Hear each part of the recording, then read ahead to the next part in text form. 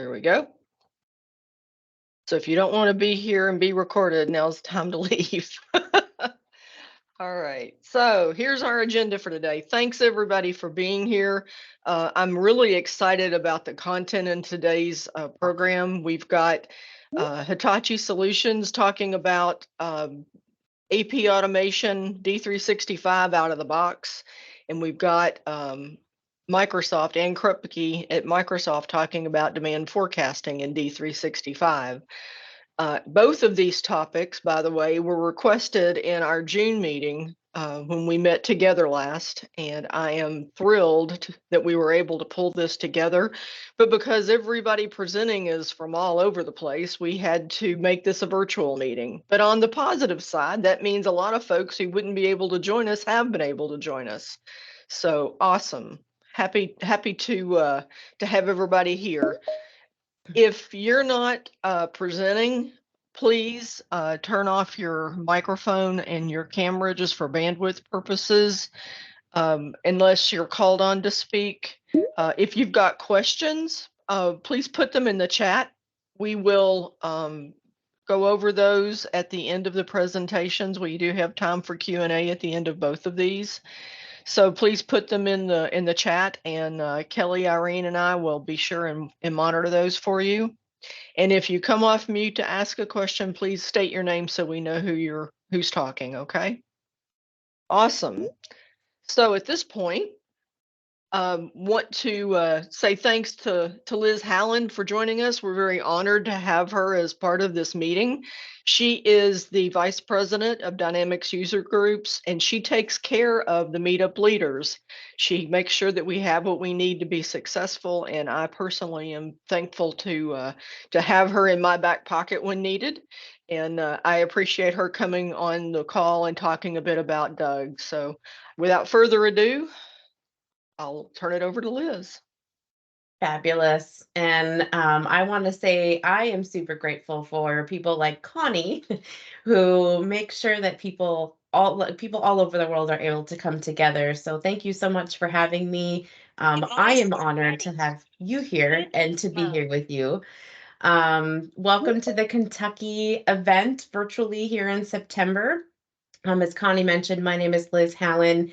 And for those that might be new to the Dynamics User Group, or Doug as we like to refer it to lovingly, I just wanted to quickly tell you a little bit about the group and what are some of the programs and things that we offer to you. So we are a free user group community. We offer free membership for individuals. We really believe in that purpose of individuals and helping each of you to grow, not only professionally, but personally as well. I have seen so many people have elevated themselves and elevated their careers through the power of community. So kudos to all of you for being here. And we would love to have you join our group. Connie, if you go to the next slide, we have been around for a little while, but most recently, in the last 3 years, no, you're good. The last 3 years, we've had full-time staff, but we did have an online discussion forum prior to that. But we've now grown to over 42,000 members worldwide. And we do support all the D365 products, Dynamics GP, as well as the Power Platform. So thank you again for being here. And if you want to go to the next slide, Connie, I can just touch real quick on some of the programs that we offer in case you are not familiar with them. I will talk about conferences in a little bit, but our newest program is webinars. So just like we are all gathered here today to get some great education on the D365 F&O product, Doug does offer those as well to the community as a whole. We do this in conjunction with Microsoft Dynamics World, and you can see our webinar schedule, calendar of experts that are presenting to everybody at our website, dynamicsusergroup.com. We do still have those online discussion forums too, where you can ask questions of the community, ask for best practices, troubles, issues that you're running into. It's a great way to continue conversations that you're having here in your meetup for people and having people worldwide answer you. And then our meetups, which you are all joining today. we do have today, Connie asked me to share some stats. We did meet with our meetup leaders yesterday, and we have now grown to 38 groups across 9 countries, and we are just shy of 10,000 user group members that are part of our meetup community. So huge congratulations and thanks to all of you. And all of those groups are being supported by Connie and 95 other meetup leaders, which is just absolutely phenomenal. And we just continue to grow. Our lovely speaker today, Anne Krupke, is actually a part of this upcoming regional meetup. We will be hosting a larger meetup in the Southeast region in Atlanta, Georgia, coming up in November. And we will have FO and CE content there, along with multiple sponsors. So a really nice kind of a larger scale event. I know Atlanta might be a little bit of a drive for some, but for those of you, since we are virtual, figured I would mention it. Our next in-person event, however, and this is where you might know us best from, is our DynamicsCon live events. So these are our conferences. Our next event is May 13th to the 16th at the Marriott Denver Tech Center. Very excited about this. If you have not registered yet, please do so. Our early bird pricing ends October 31st. And I do have that Meetup 100 coupon or promo code for you to get $100 off of your early bird. We do also have session proposals open right now. So if you want to try your hand at speaking or attempting to speak at the DynamicsCon live event, we would love to hear your session topics and ideas, and you can see that at the live.dynamicscon.com website. We also, our organization really started out hosting virtual conferences, which would be our first DynamicsCon virtual event. I think that's on the next slide, Connie, if I remember right. No, actually, I guess I don't have that slide. You've got the Sorry. separate one. Okay, so we do have our DynamicsCon virtual event. We've hosted, I think, 5 of them so far. We had to wait a little bit for the community, but we will be hosting our next one next November in 2024. So we have to wait a little bit for that, but that will be our next virtual event. So again, a huge thanks to Connie and both of our speakers today. It's going to be a fantastic lineup, and I really appreciate all of you being here and participating in community. Awesome. Thank you, Liz. Appreciate all that information. So I also want to mention a couple of other opportunities to gather as community and to learn. We have the Community Summit in Charlotte next month, October 15 through 20. Those of us in Kentucky, it's pretty much a drivable event, so that makes it a little more affordable if you're interested in attending. But there's always a good round of different kinds of topics. They're usually from partners and MVPs, but there's also user content at these sessions too. So if you've never been to Community Summit, you should try to go. I think you would find it worthwhile. And then the next is the Power Platform Conference that Microsoft is putting on in Las Vegas, October 3rd through 5th. So if you have interest in or expertise even in the Power Platform, this would be something worth considering attending. It's an affordable ticket to the conference. The MGM Grand, maybe not so much, but there are other hotels in Vegas that you can stay at. But do think about this if Power Automate or Power Apps or Power BI is a part of your ecosystem. There's probably some really good learning here. So I'm going to stop sharing my screen. So much for all of the good intros and introductions.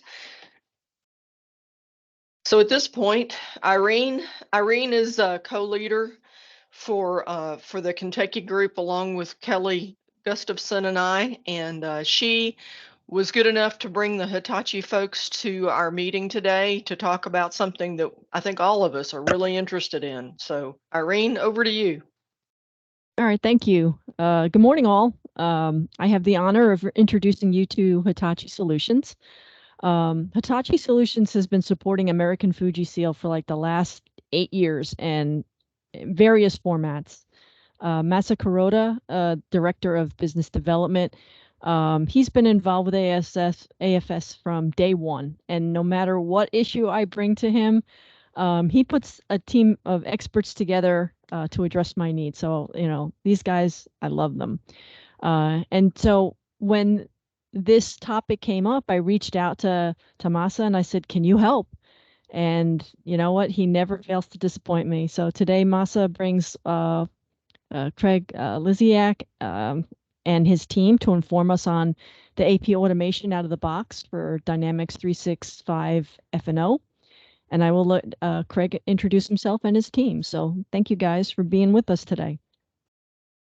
Morning, everyone. My name is Craig Lysiak. I'm with Hitachi Solutions. I work in pre-sales. I'm a senior solution architect. I have an accounting background, been working with implementing since I started working for accounting firms back in 1999. Been working with the AX product since AX 2012 R2. Been here at Hitachi for 5 years. Happy to be here today. Happy to show you what we can show you about the AP invoice automation and the invoice capture solution and where we are with that today. And with that, I'll turn it over to Masa and we'll advance a couple of slides here. Yeah, Craig, can you go to the next slide, please?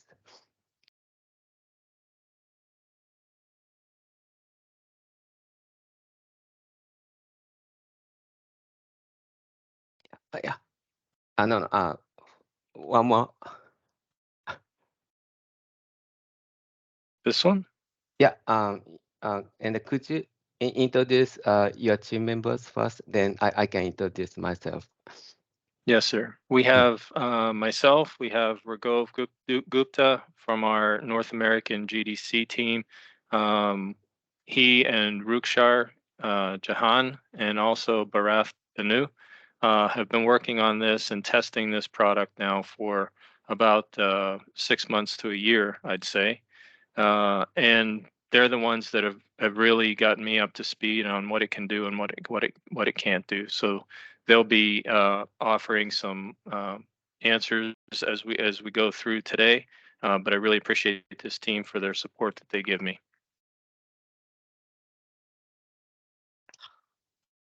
Okay. Thank you very much. And hello, Kentucky Dynamics user group. My name is Masahiro Kuroda. I can see almost 51 people joining this call, and I'm very happy to provide our session to your group. And I'm located in San Francisco, California, and I work as a Director of Business Development at Hitachi Solutions America, and dealing with Microsoft Business Application to Azure Cloud Solutions and the original IP, such as Enterprise Chat based on ChatGPT.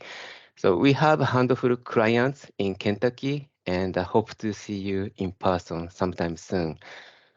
You may or may not know Hitachi Group, so let me briefly explain who is Hitachi Solutions in this one slide.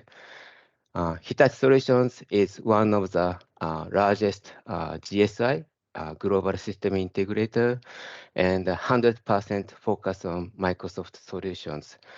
Hitachi Group is multinational company for social infrastructure business around the world, such as digital solutions, green energy, mobility, building, healthcare, and so on. Information technology is one of the largest department in Hitachi. Hitachi Solutions America is the US subsidiary, and we have about 900 Microsoft consultant and sales in the US and Canada. Hitachi Solutions is Microsoft partner who can deal with all solutions area from modern work, security, business application, infrastructure, data and AI, and digital application and innovation. We received Microsoft Partner of the Year for 51 times so far, And this year, we received awards in Dynamics 365 services and supply chain area.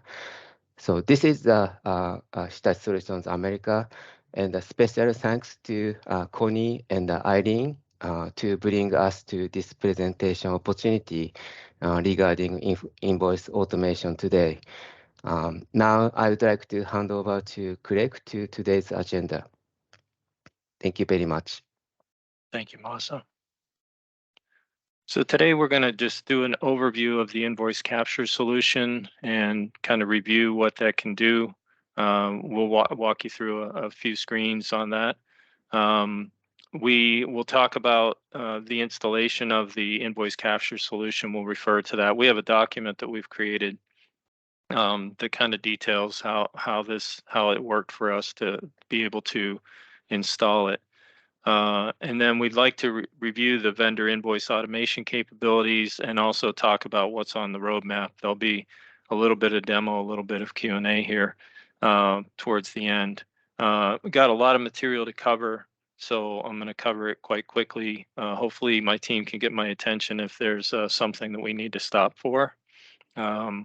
Just feel free to speak up and we'll answer as many questions as we can.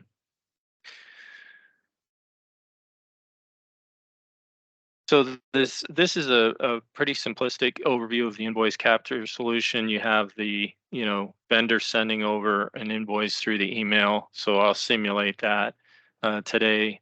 And then we have the integration layer where the email with the invoice attached is we're going to extract some information using the invoice capture solution. So when you see ICS or I talk about ICS, we're talking about the invoice capture solution. And then the invoices get imported into the D365 database, and you can view and process the invoices, invoice journals, and then match the POs, product receipts, with the invoices. Some of this is automated through the process automations. I apologize, my voice kind of goes in and out sometimes this with the allergies in this season. Then you can post the invoices and the invoice journals, and typically we're doing that through the workflow as a workflow step for that. This is a little bit more information here that Microsoft has shared with us, giving us an overview of the solution with Dynamics, a little more detail here. And what they've done recently is come out with what's called the invoice capture solution, which I've mentioned. It's a Power App. And this Power App is used in place of what we originally used when we were doing the first work on vendor invoice automation. We had to set up a Power App to do a lot of the work that, a Power Automate flow to be able to accomplish these steps. Now this is in a Power App, and this is what we've been testing over the last 6 months, working on the invoice capture, what it can do, what it can't do. So that's what we're trying to share with you here today. So basically, we're going to walk through a review of the invoice capture solution. I'm going to take a quick diversion early on, and we're going to go into the to the product here and see what the invoice capture solution does and how it works. So bear with me as I click through different slides and different areas that I need to go to here.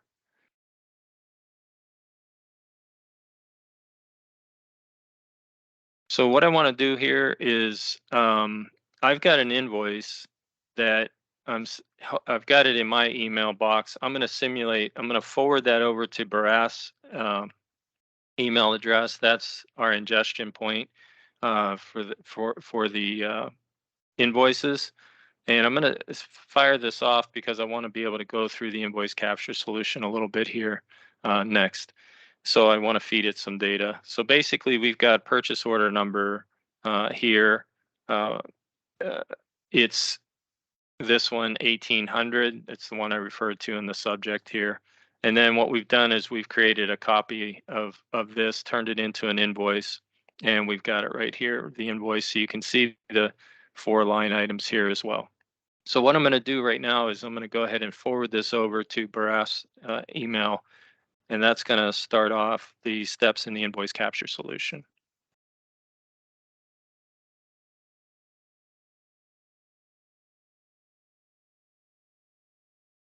All right, so we have that started.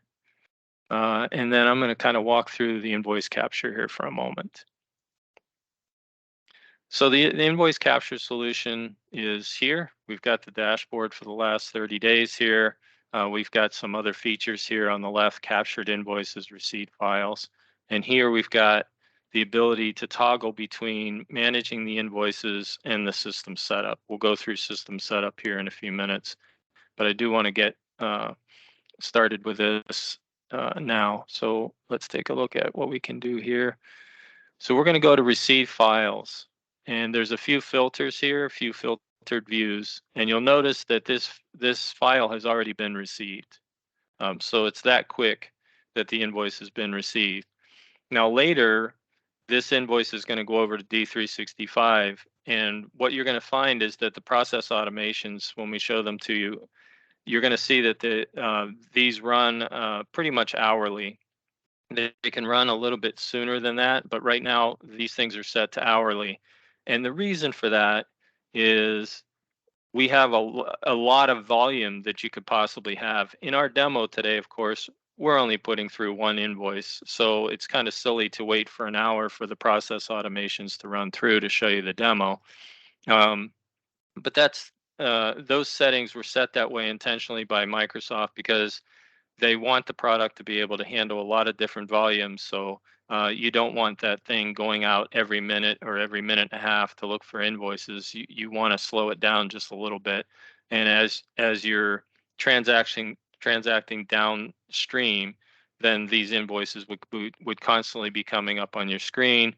Oh, by the way, they came an hour later than you think they did, but just trying to explain that time lapse to you. So we've got this invoice right here. This is that one 1800 PDF that I showed you a few minutes ago. It is captured and got some information over here on this. And then we've got another queue here where we can go to the receive files that you'll notice now that we're back to pending. That file is gone because it's moved to the captured status. So you can see now that it's captured. There's a channel that it's come through to get here, and it's already determined the legal entity for this as well. So then from here, we can go back into the invoice, and we can go to the view captured invoices, or we can navigate over here to captured invoices. And you can see that the invoice number right here is the 1800-1. It is captured. And then what we can do is we can click on this captured invoice, and we can start the review of the invoice here. You'll notice over here on the right-hand side, there's some icons that tell you whether you have an error or a warning. And these are based on parameters that you set up and you choose for how accurate you want this to be. And the more you run it through, it's using the AI builder behind this, and it's using the forms recognition part of that AI builder to be able to recognize this data coming in. And it builds confidence as it goes through. That's the AI part of it. It constantly is learning. So we've run very few invoices, relatively speaking, through here. So our confidences are going to be low, but they will be higher as we run through the model more times. So the next step in this process is to start the review process.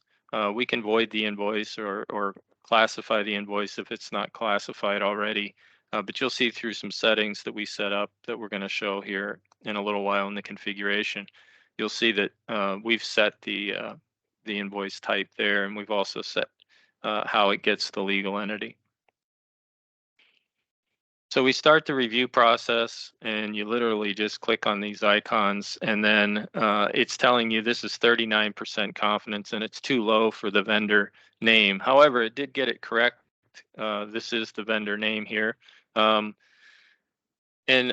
I can mention that when we went through our practice for the demo last week, this confidence score was down around 34%. So you can see that it's getting more and more confident as it goes along.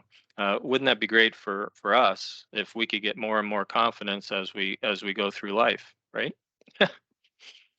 So you can click ignore here on this one because that one is correct. And then on the address, it's saying this is 46%, and that's low, but it is improving, as I mentioned before as well. I'm going to scroll down here, show you the different sections. We've got a section here for the invoice lines as well. Everything came through well there. And then also there's a section for charges. If there were charges added to the invoice here, that would be there as well.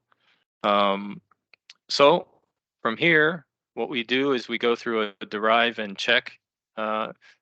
This reminds me of the validate function that you have on a general journal. When you validate the journal, this is kind of what this is doing as well here.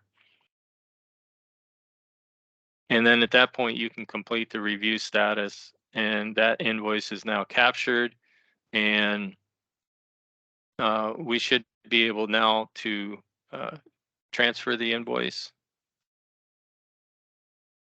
I've got a tax issue here. Sorry about that.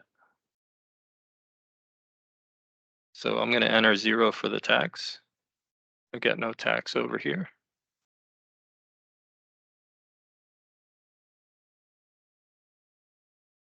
And I'm going to click off that and make sure that takes there, run my derive and check again.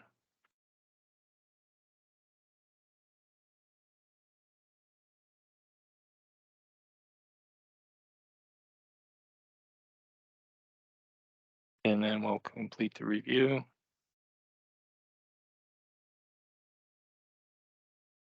And now we're ready to transfer the invoice over to D365. So I'm going to kick off that transfer later on. We'll see that invoice. I'm going to quickly go back to my. Just want to make sure I stay on cue here.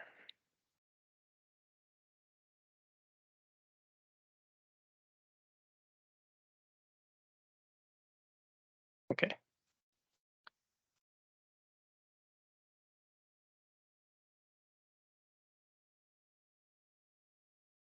So now what you can do is you can go to Dynamics here from this link, or you can go ahead, and I've already got it opened up here, but I wanted to show you where this lands us. This is going to land us directly in the pending invoices. Couple of things I want to show you here. This is our pending invoices. We should see at the bottom the one 1800, and what it's doing is it's giving us information that it's not performed the match status yet. It's not submitted it to workflow automatically yet, and it's not done the automated receipt matching. And you'll see some process flows here in a few minutes that drive that. The other way to get to this is you can go to the vendor invoice automation workspace here. This has been redesigned slightly and is going to be redesigned again by Microsoft. They're going to kind of show this in the order in which the information flows. So more of a timeline kind of a look to this here. And then what I've done here in this workspace is gone ahead and embedded the Power App so that I can get back to the Power App if should I choose to go back to the Power App. I can also go here and get back to it. So then what we want to show you is a couple of the building blocks of things that happen to make this all happen. So what I'm going to do is do some old-fashioned navigation here. We're going to go to search, do a search for process automations.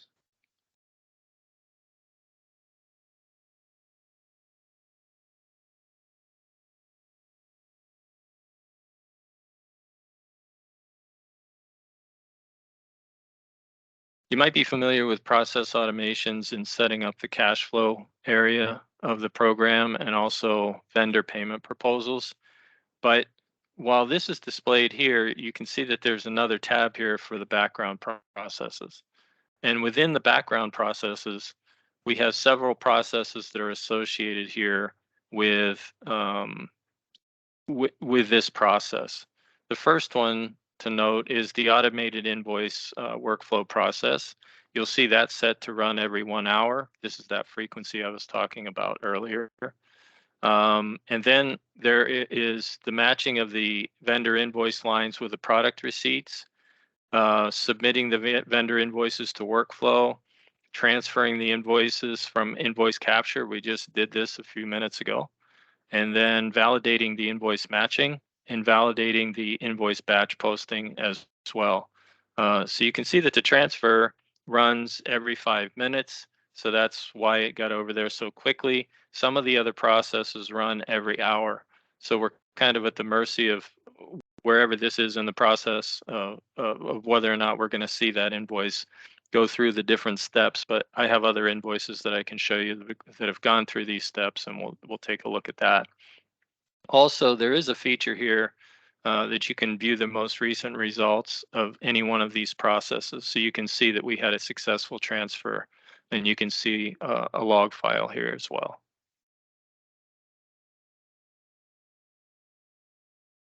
The other thing to point out is the workflow. So let's go into our workflow and take a look at how this interacts with the workflow.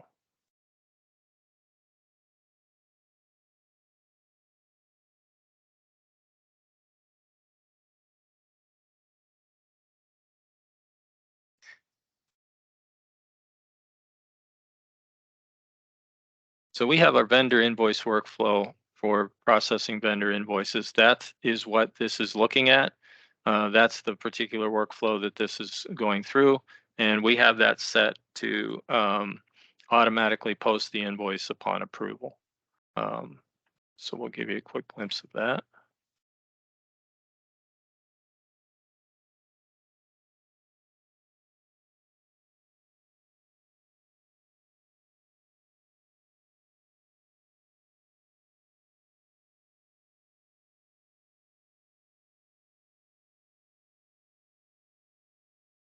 Apologize for the delay in this coming up on the screen. I think everybody's familiar with it.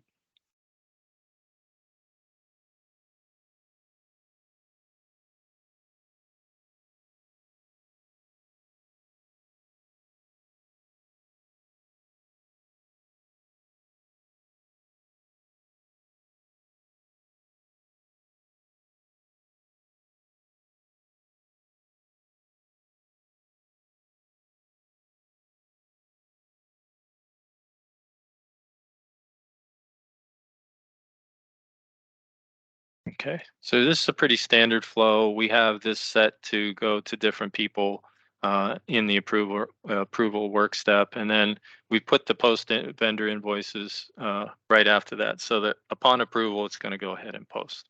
So that's the conditions that we've set up for the demo.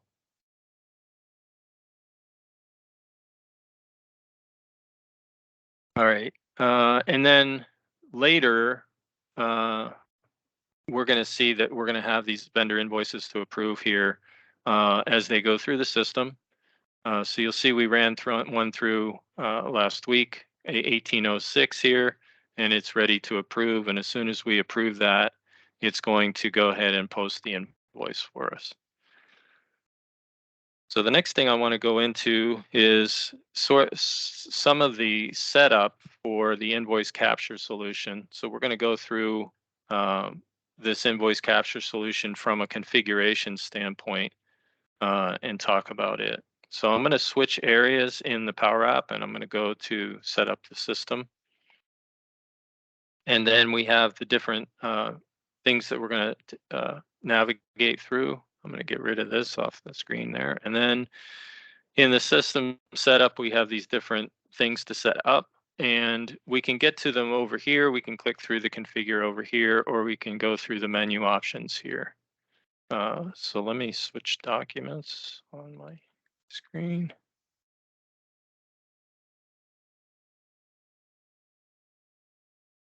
All right. So real quickly, one thing I forgot to go through before is we need to go through some settings that are new and settings that we need to see related to D365. So we're going to take a look at those real quickly and then go back to the invoice capture solution and look at some configurations there. So within the new, you'll see this is a new setup for invoice capture within the accounts payable setup section. And you can see that we've got the legal entity chosen that we want to sync. And then there's an option here to sync all vendors. And we'll talk about that when we get back to ICS, that you don't necessarily have to sync all vendors. You can choose to take a group of vendors and not include them. For example, you may have no reason to have tax vendors running through this process because you're not doing purchase orders and you're not really doing conventional vendor invoices for those. And then the ability to transfer the attachment. So you will see that the attachments are coming through. Not only did the captured invoice come through, but the attachment came through as well. And then there's different types of invoice types when the invoice capture is transferred to D365. So this is the destination. Where do you want this to land? Do you want it to land as a vendor invoice for PO invoices? And the answer there is yes. And then if it's a header only invoice, you can have it land there as well. If it's what they call a cost invoice, and that would be an invoice journal. So think invoice journal type invoices, and those would go and land at an invoice journal. So these are the settings that are in D365 for the invoice capture.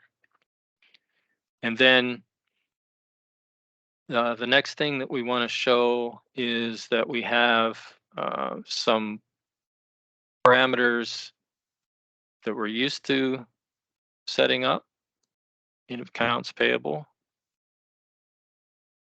They've revamped the screens just a little bit here. So we're going to go to the invoice validation section, and these are our old friends, enabling the invoice matching validation, the invoice totals, setting up your matching tolerances, setting up your matching policy, and then whether or not you're including charges in that as well. So that's an important section that you want to have this set up, and it's going to pay attention to this as it's going through the automated process as well. So now I'll go back over to the invoice capture solution here. We're back in the Power App, and I'm in this area called System Setup. And we're going to take a look at the different areas of the system that you can set up.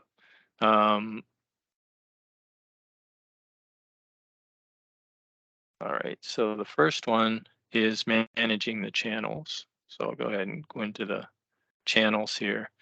A channel is just a different way, the different ways in which you're going to receive the invoices.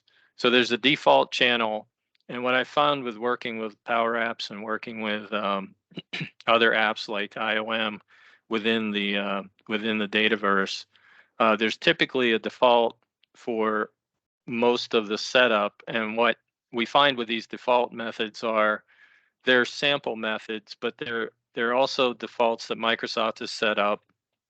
If you override them or take them over and make them your own, what you're going to find is as you get updates to the product, it's going to get rewritten to be the out-of-the-box default again later. So you're kind of shooting yourself in the foot. So there's different areas here where we're going to suggest that you create your own version here. So we've got our own version of the invoice capture updated solution here. So in this case, the default one, you shouldn't really touch it. It's an out of the box, and it just gives you guidance on how to create a new channel. So we'll click on this version, and you can see some of the settings that are here. It's using default file filters. We'll see that in just a second. That's the next thing that we're going to go through. But when we click on that and drill into that, you can see that the accepted file types are PDF, PNG, JPG, JPEG, TIF, and TIFF. And these are settings by Microsoft. These are the out-of-the-box accepted file types here. And you'll notice that this is read-only. It's for configuration. It's not allowed to be edited.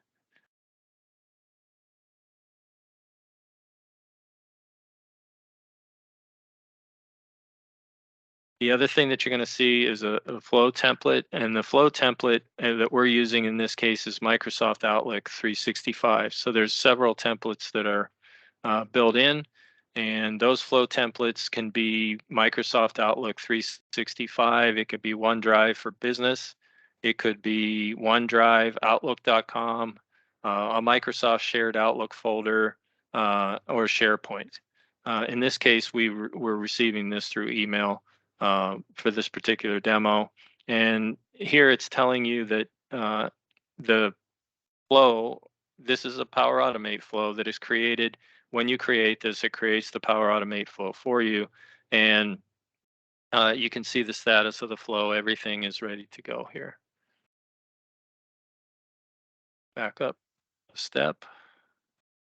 And we talked about the file filters. One of the things I did not talk about on the file filters was the accepted file size. The minimal and maximal file size for that is listed here.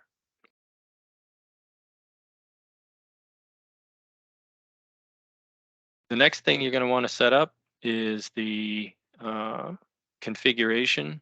So back out of this, get you back to where we started. And we'll go into the configuration groups.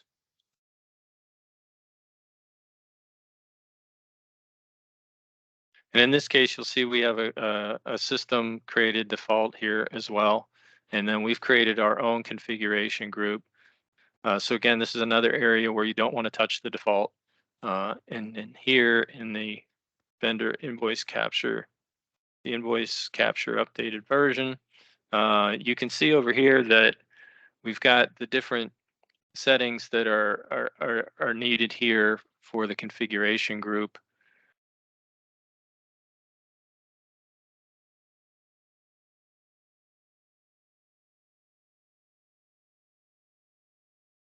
So we've got the review conditions, and you may have noticed today, and you may even be wondering why I was so manual about checking that invoice and going through the various steps that I showed you earlier. Well, the first reason is because I wanted to show you, if I can show you how one works, you can imagine how a lot would work. And then the next thing that would creep into your mind is, why can't this be automated? It can be automated, but it all depends on what your settings are going to be. And we happen to set this for our demo purposes, that we want to look at all of the invoices and manually go through and transfer it through over to D365 manually. You could set this that you would only do that under the condition that you had errors, or under the condition that you had errors or warnings. So we've made an educated decision there to set this to always. Also, you remember the confidence scores when I was going through the document and we were looking at the different confidence scores. The reason it was giving the error was because of this confidence score setting. It's greater than 50% or less than or equal to 100%, then it's okay. And you'll notice that we were in the 40s here on one of those lines. I think it was on the address. It had a score that was in around 40-45%, and that's why we got the warning. The other one was in the 30% range, and that's why we got the error for that. So you can change these and update these and do different settings that we've done here, but we've done these for demo purposes so we could make sure that we could show these features as well. And then over here on the right are the accepted types of fields. So we have our PO invoices, our cost invoices, and our header only invoices, and we have the different settings for those. And so down here, you can make the fields mandatory. And you'll notice that you'll probably remember that when I did the first derive and check, it came back and it told me I couldn't complete the invoice review because I hadn't addressed the tax setting there. So we have that set to automatic, and that's why I had to put in some kind of a total tax number because we have that set to mandatory. And then there's another set of things that we might want to pick up from the lines here, and then whether or not they're required or mandatory is there. So that's what that column does.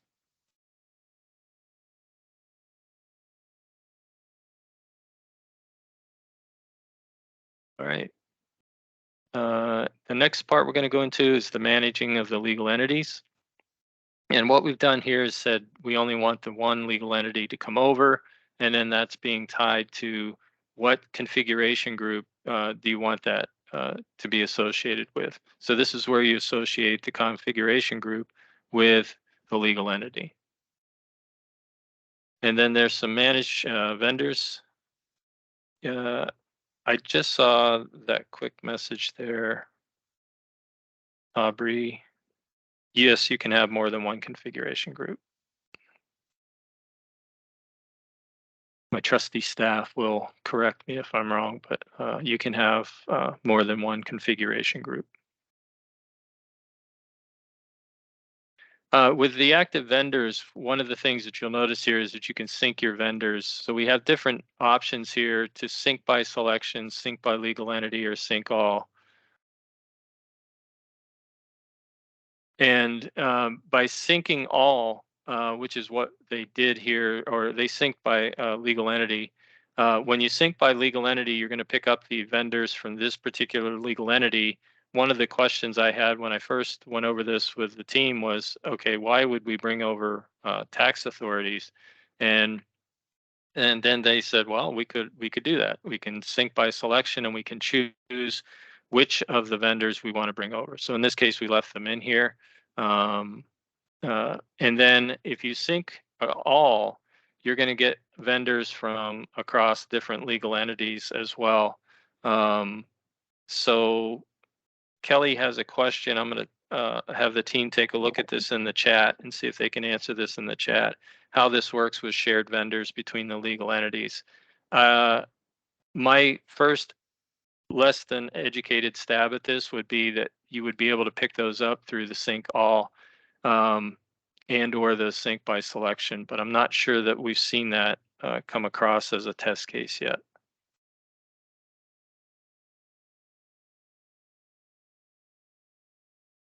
All right, and then the managing of the vendors, and we'll go into some system preferences here. Back out of this, back out of this.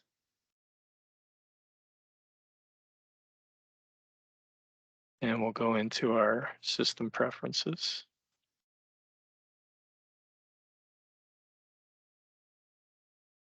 So you can see that it is using the AI Builder model. It is the invoice processing model from Microsoft. The channel, this is where we set that we wanted this to come through Microsoft Outlook Exchange. That's where this is coming from. So it's linking, this is our preferred version, preferred channel. And then the file filter is the default file filter that we looked at earlier, where we were accepting these file types. And then you set the configuration group. That's the default for this particular part of the app. And then the continuous learning is sent to yes here. So what that means is those confidence scores will increase as we go through assigning more invoices or going through more and more invoices. It will use continuous learning. And then you can do an auto invoice cleanup as well. And so we've got that set to yes on our system preferences.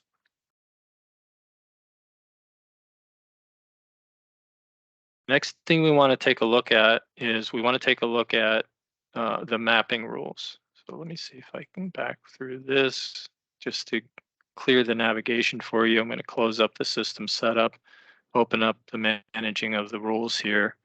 And we've got several different mapping rules. One is for legal entities, And over here, we've got the description of the entity.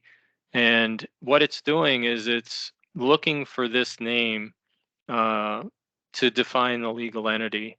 And then also, if the company name contains this, if the address name contains this, then it's going to assume that the legal entity is this. So you kind of have to do that because typically on the vendor invoice, they're not going to list your vendor, your legal entity ID there. They're going to list your name, the name of your company, and list your address. So that's how it's doing the matching. So that's what this rule is doing and how this matching works for this. We also have different ways of getting data. We can import data here from Excel as well.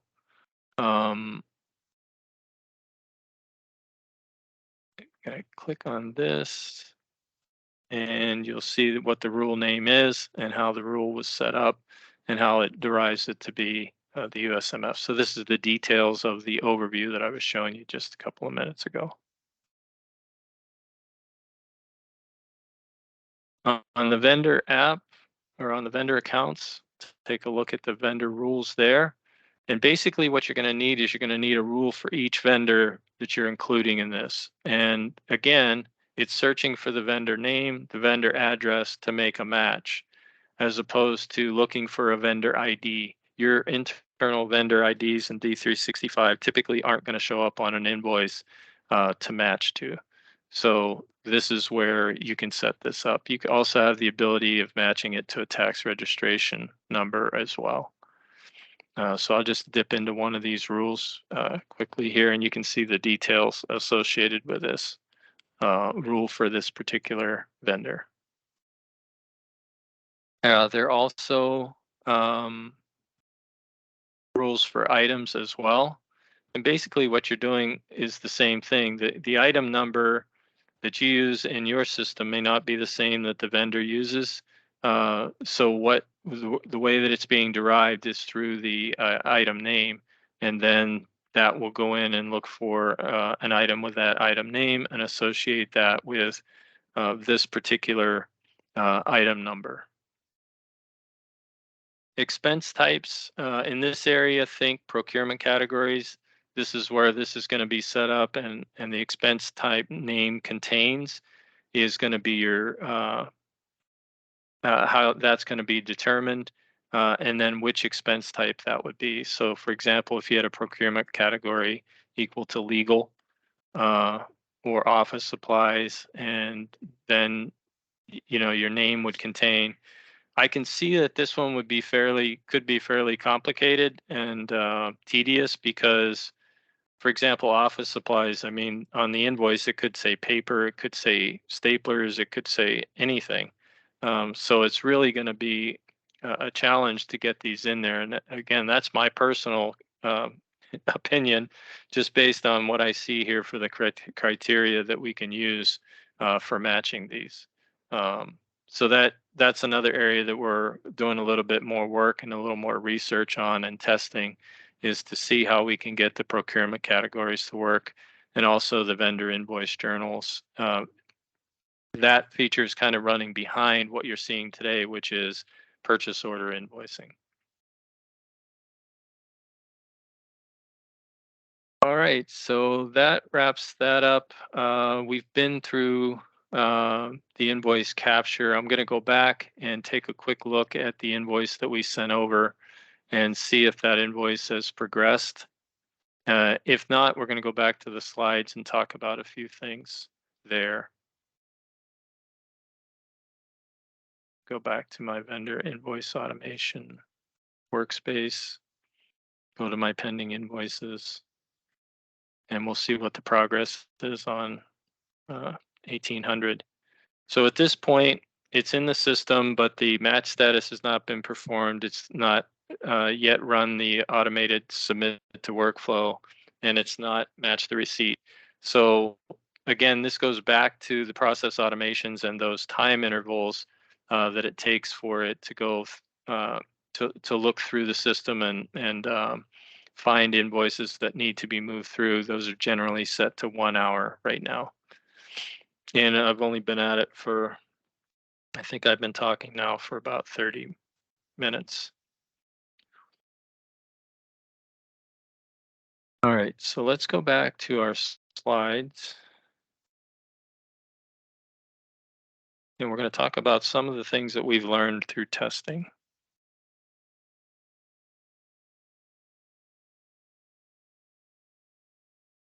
All right, so just to review what we did go over, we went over enabling the feature in the environment. That I did not do adequately. I will come back to that in just a moment. Let's see this.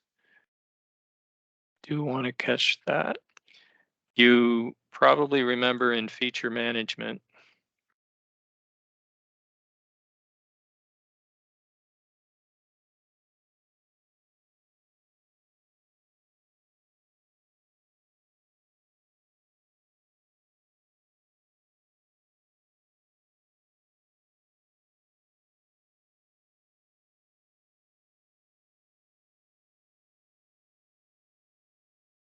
here's this one right here.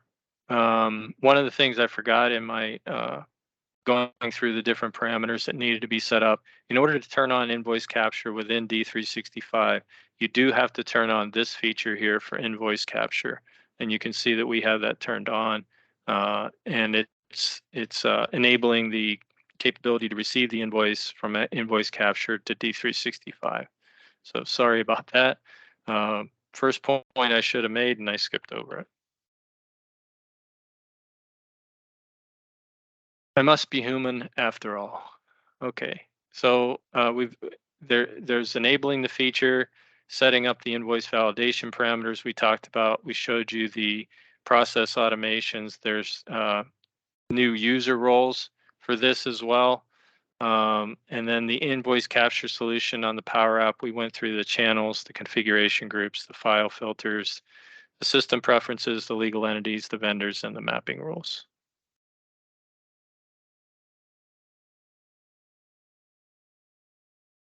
We also want to talk a little bit about the setup in the Dynamics instance. We put together a document that kind of walks you through this, setting up the Dynamics instance, the invoice capture, downloading that from app source, and then setting up your connection references. And you'll notice, or this will be familiar to you, setting up ICS. We're right back to the same things that I've shown you already.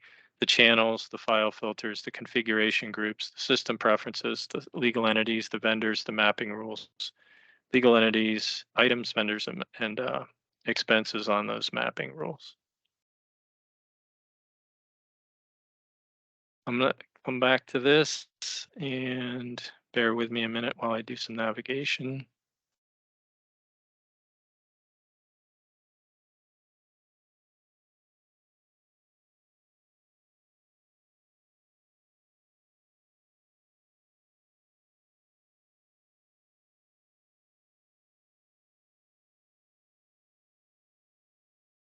This is a deck that is available through Microsoft. We got it from Rain Zhao, who is the senior program manager. This is a pretty valuable document in terms of the different things that it talks about here. The AP process introduction, how to deploy it and configure it, the invoice processing and the invoice capture, some information about resources, pricing, and roadmap here. So what I want to do is I want to go ahead and share this file. So I'll share this in the chat with you rather than go through it on a slide-by-slide basis here. Just real quickly go through this. And then we'll drop that in the chat for you.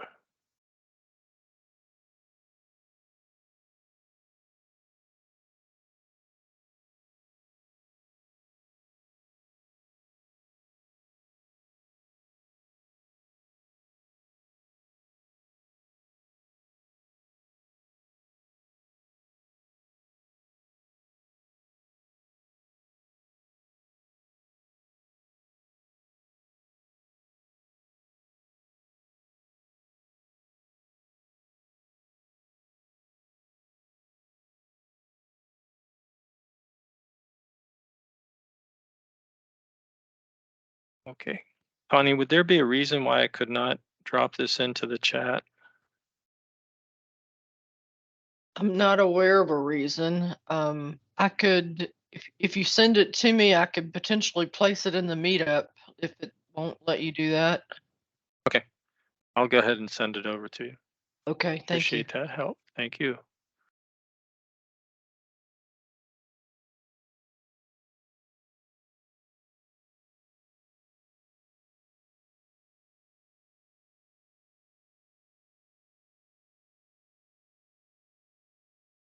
All right, so the other thing that we can offer to you is we have a document. It's an unofficial document in many respects, but it is what Barath has recorded as the different steps that you go through to install and set up the invoice capture solution. So we think it has some value because we've been through the process. We can share our expertise. So there's a couple of different versions. You might remember that there was a preview version of this, and in that preview version, Microsoft made a lot of changes when they came out with the GA release. There was some thought on Microsoft's behalf that they were going to carry that forward from the previous app. They would just improve it and carry it on into GA. However, what they finally decided to do was basically come up with a brand new Power App. So that's why there's a difference between the preview version and the one for that we're currently using. So there is a difference there. So they've the group, my teammates have gone in and given you what the difference are between the available versions here. Also, then the configuration. You got the screenshot here of going into the feature management. Let me set this to a resolution so that we can see that. So it talks about that, and then the settings for the invoice capture that we talked about, and then the different things that you're going to do to enable that. So you've seen this here today. And then making sure that you're looking at your invoice validation settings and taking those into account and reviewing those before moving forward with the app. And then there are some accounts payable parameters for vendor invoice automation. Haven't shown you this yet. So vendor invoice automation,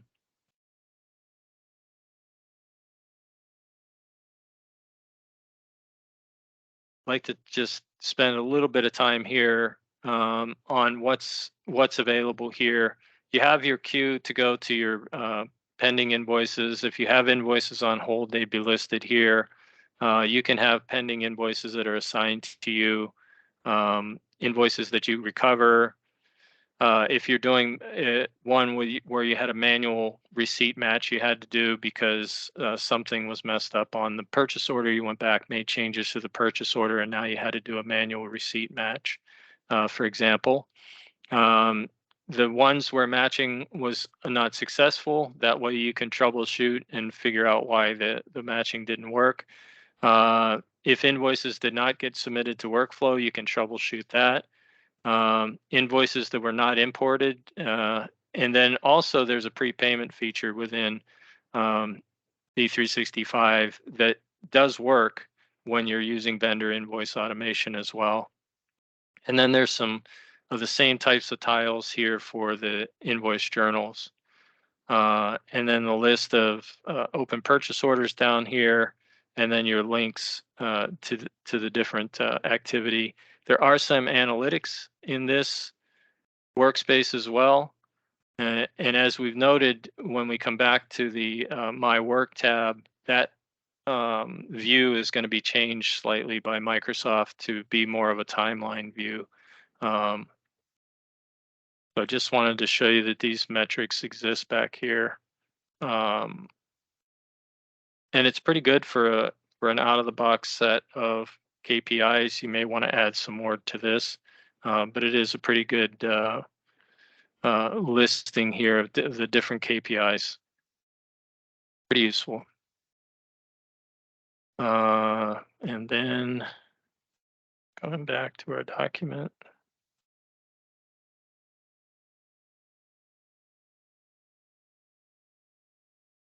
So there's a in the vendor for the vendor invoice automation, how is it going to work? How are you going to be able to, are you going to automatically submit imported invoices to the workflow? Maybe I should show this from the, might be a little easier for you to read. Okay. So this is whether or not you're going to automatically submit your imported invoices to workflow, checking the match product receipt status before the workflow submission, requiring that the calculated totals to equal the import totals for workflow submission. So it is going to do that upon totals. Automatically match receipts, applying prepayments. We have tested this feature. It does work pretty well. And then the block follow-up automation processes in case of prepayment application failure. And then automatically create invoice lines is chosen here as well, which you can easily understand why that would be included. And then choosing the default quantity for automatic invoice line creation as well, whether that's going to be set to product receipt quantity or ordered quantity. What's your default going to be on that? So those are some valuable parameters that need to be set up as well. And then we put in a screenshot of our workflow here. And then we talk about the different automations that we can run. These are the required roles and this talks about the different actions and systems and the role names that are associated with it. So this gives you an idea of what roles are required here. So we've got an AP clerk, got an AP admin. An environment maker would have to be the role assigned to the person that's going to load and create custom AI models or create flows in Power Automate. If you were adding some things to the out-of-the-box way that it can do it. And then you need to be an administrator to deploy the solution in the Microsoft Power Platform, to set it up in the Microsoft Power Platform, and so on and so forth. So this gives you a pretty concise view of the roles. And then the integrated Power Platform environment and the different things that need to be updated in there. So we think this is a fairly comprehensive document. This has this screenshot of the invoice capture for Dynamics 365 Finance. I see that somebody dropped that in the chat as well. Thank you for doing that. And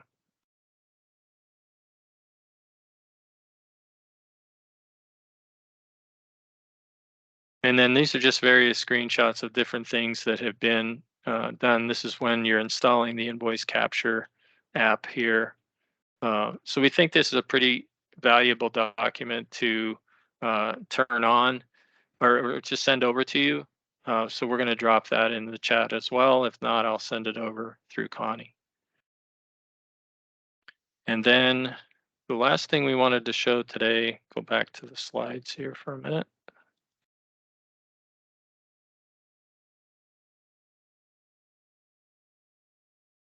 This is kind of a review of what we found. We've been working with vendor invoice automation for about a year now. And as you saw, we got that deck from Rain Zhao, who's the senior program manager. We've actually been working with him directly on a couple of different issues that have come up and different capabilities that we're testing. So, we'd like to give you this also, and we'll share this deck. We've gone through different features of the system. We've tested different things, and we're giving you, is this fully supported? Is it actually going to work? Our first versions, for example, of sales tax didn't work very well. It was taxing on tax. And so we've gotten a lot of that stuff straightened out, and a lot of that we've done through work with Microsoft. And then freight and charges, that's partially here. And then there's an improvement on D365 that's going to be needed to accommodate that. So this is all information that we've gleaned from working with Microsoft. Fixed assets is not ready yet. Procurement categories are ready. We're currently doing testing on that to see how that's going to work with those rules that we saw earlier on the expense rules. It's going to be interesting to see how that works. Discounts, there are some improvements in D365 that are needed for that to work. And then also the invoice journal, they haven't quite conquered the invoice journal yet. There are improvements that we're expecting them to make on that.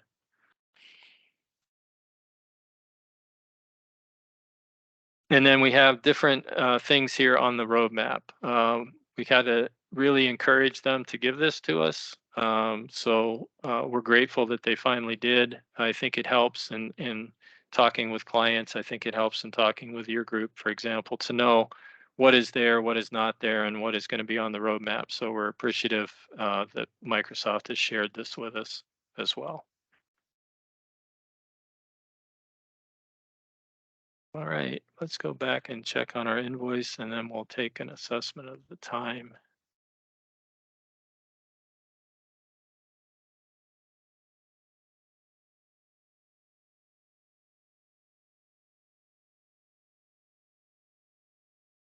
And what I'll do is I'll walk through another invoice here.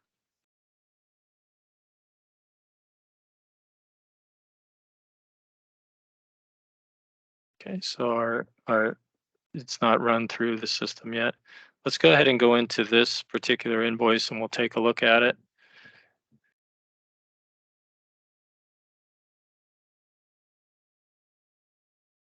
Okay, we talked about the invoice attachment coming through. There's a couple of different views for this. You can hide the attachment here to get your screen real estate back, or you can just scroll down through the pending invoice. But here is our invoice. It was captured, it was brought through. And then let me hide this for you so you can kind of see your familiar view that we've. So you've got the vendor invoice header here, same as it's always been since they came out with this particular feature of pending invoices. And then down here, you've got the information on the line and the line details, and then your related information over here on the right. So this pending invoice really hasn't changed much. What has changed is that the attachments are coming through now.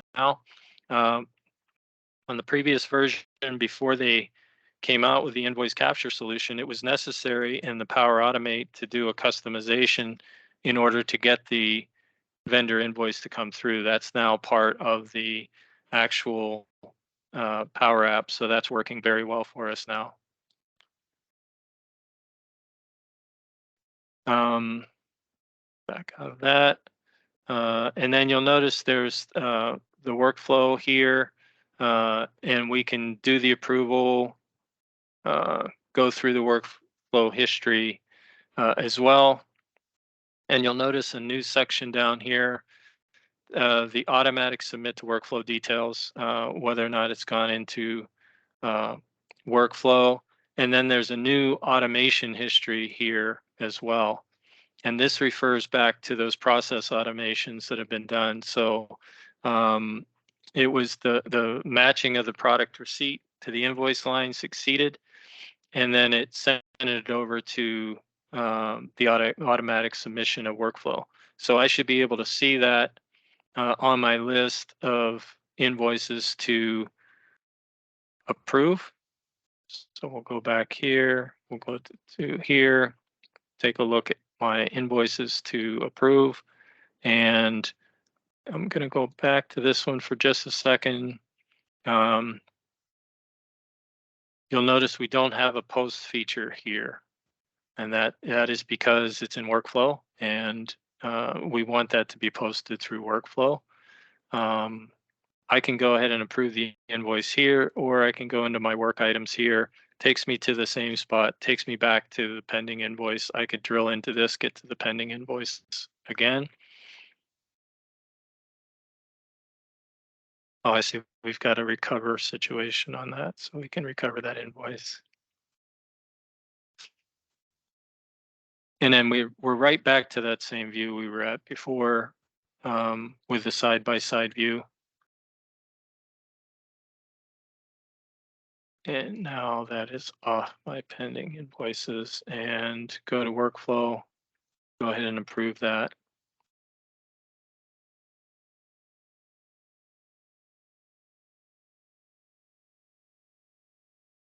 And it's off my list. And if I go back to uh,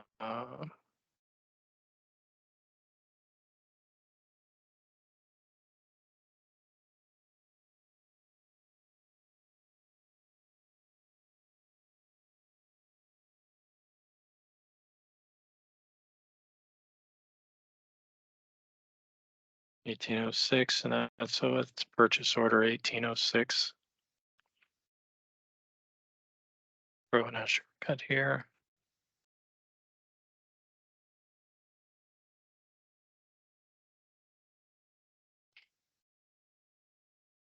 What I'm doing is taking you back to the purchase order, and we'll check and make sure that we've got an invoice journal. And you can see here now that we do have an invoice journal.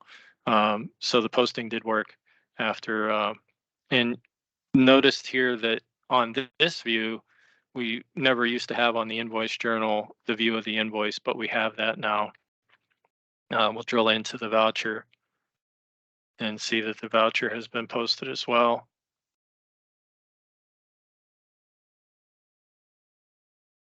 So it is conceivable, and we have set up scenarios before where once it's transferred into D365, everything can go through automatically, and you can set your workflow up such that if it's matched and everything looks good and you have no errors and no issues, you can automate this all the way to nobody touches the invoice at all.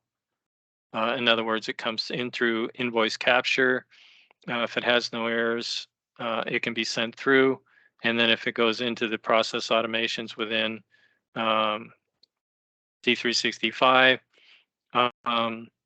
it could go straight through all the way through to the end, and nobody needed to touch it or even to do an approval. So we have set up those scenarios as well. Connie has a question about where the invoice images are stored. Currently, this is leveraging the blob storage.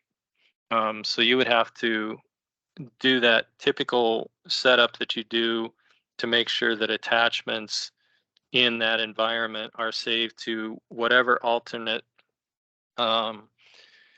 storage method that you choose for that environment.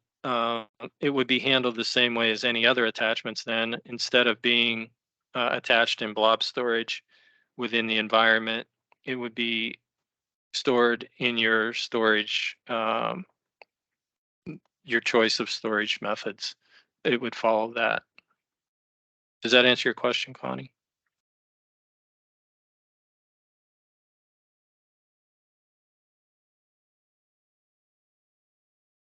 All right. Reached the end of what we're going to show you here today. What I'd like to do is open it up for Q&A.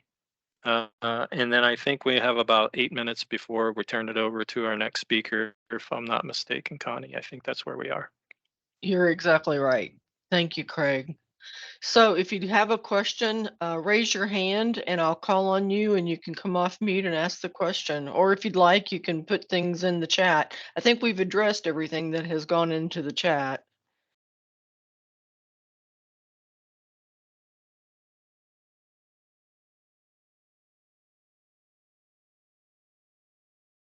Don't be shy. Faye, please come off mute and ask your question. Hi, Craig. Thanks for this demo. It's been great. So looking at the capabilities and the roadmap, what do you think is the biggest pain point right now as far as functionality? Like, where's your biggest gap that you see? That's a great question. Are you going to allow me to vent? Please. I mean, we're looking at this for our future, and nobody wants to jump in blind. So hit us. Right. You know, this works great for purchase order invoices and matching receipts, and when everything matches and everything looks good, it works great. So on the purchase order side, on the prepayment side, looking good.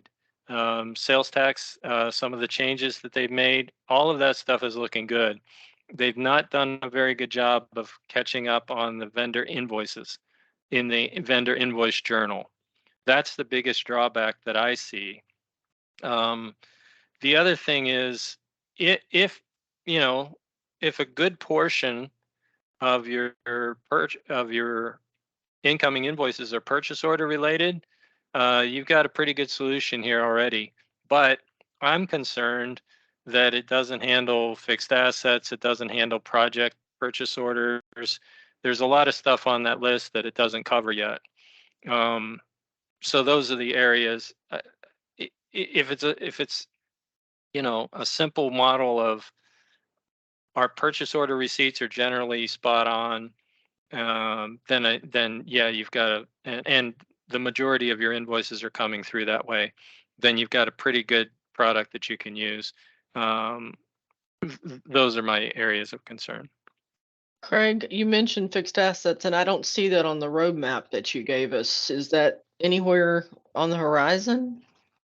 It is something that we have talked to Microsoft about, yes.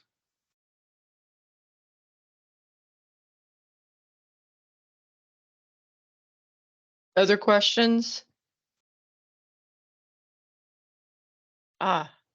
Amy, please come off mute and ask your question.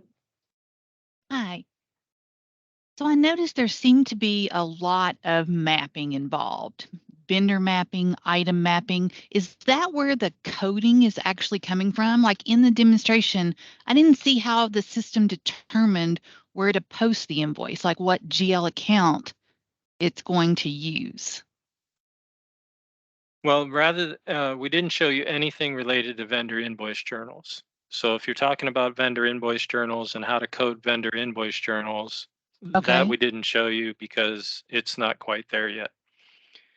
On a purchase order invoice, it's going to follow the item posting. It's going to follow the standard posting for accounts payable. So in that invoice, based on how the purchase order item was set up. Exactly. In AX. Okay.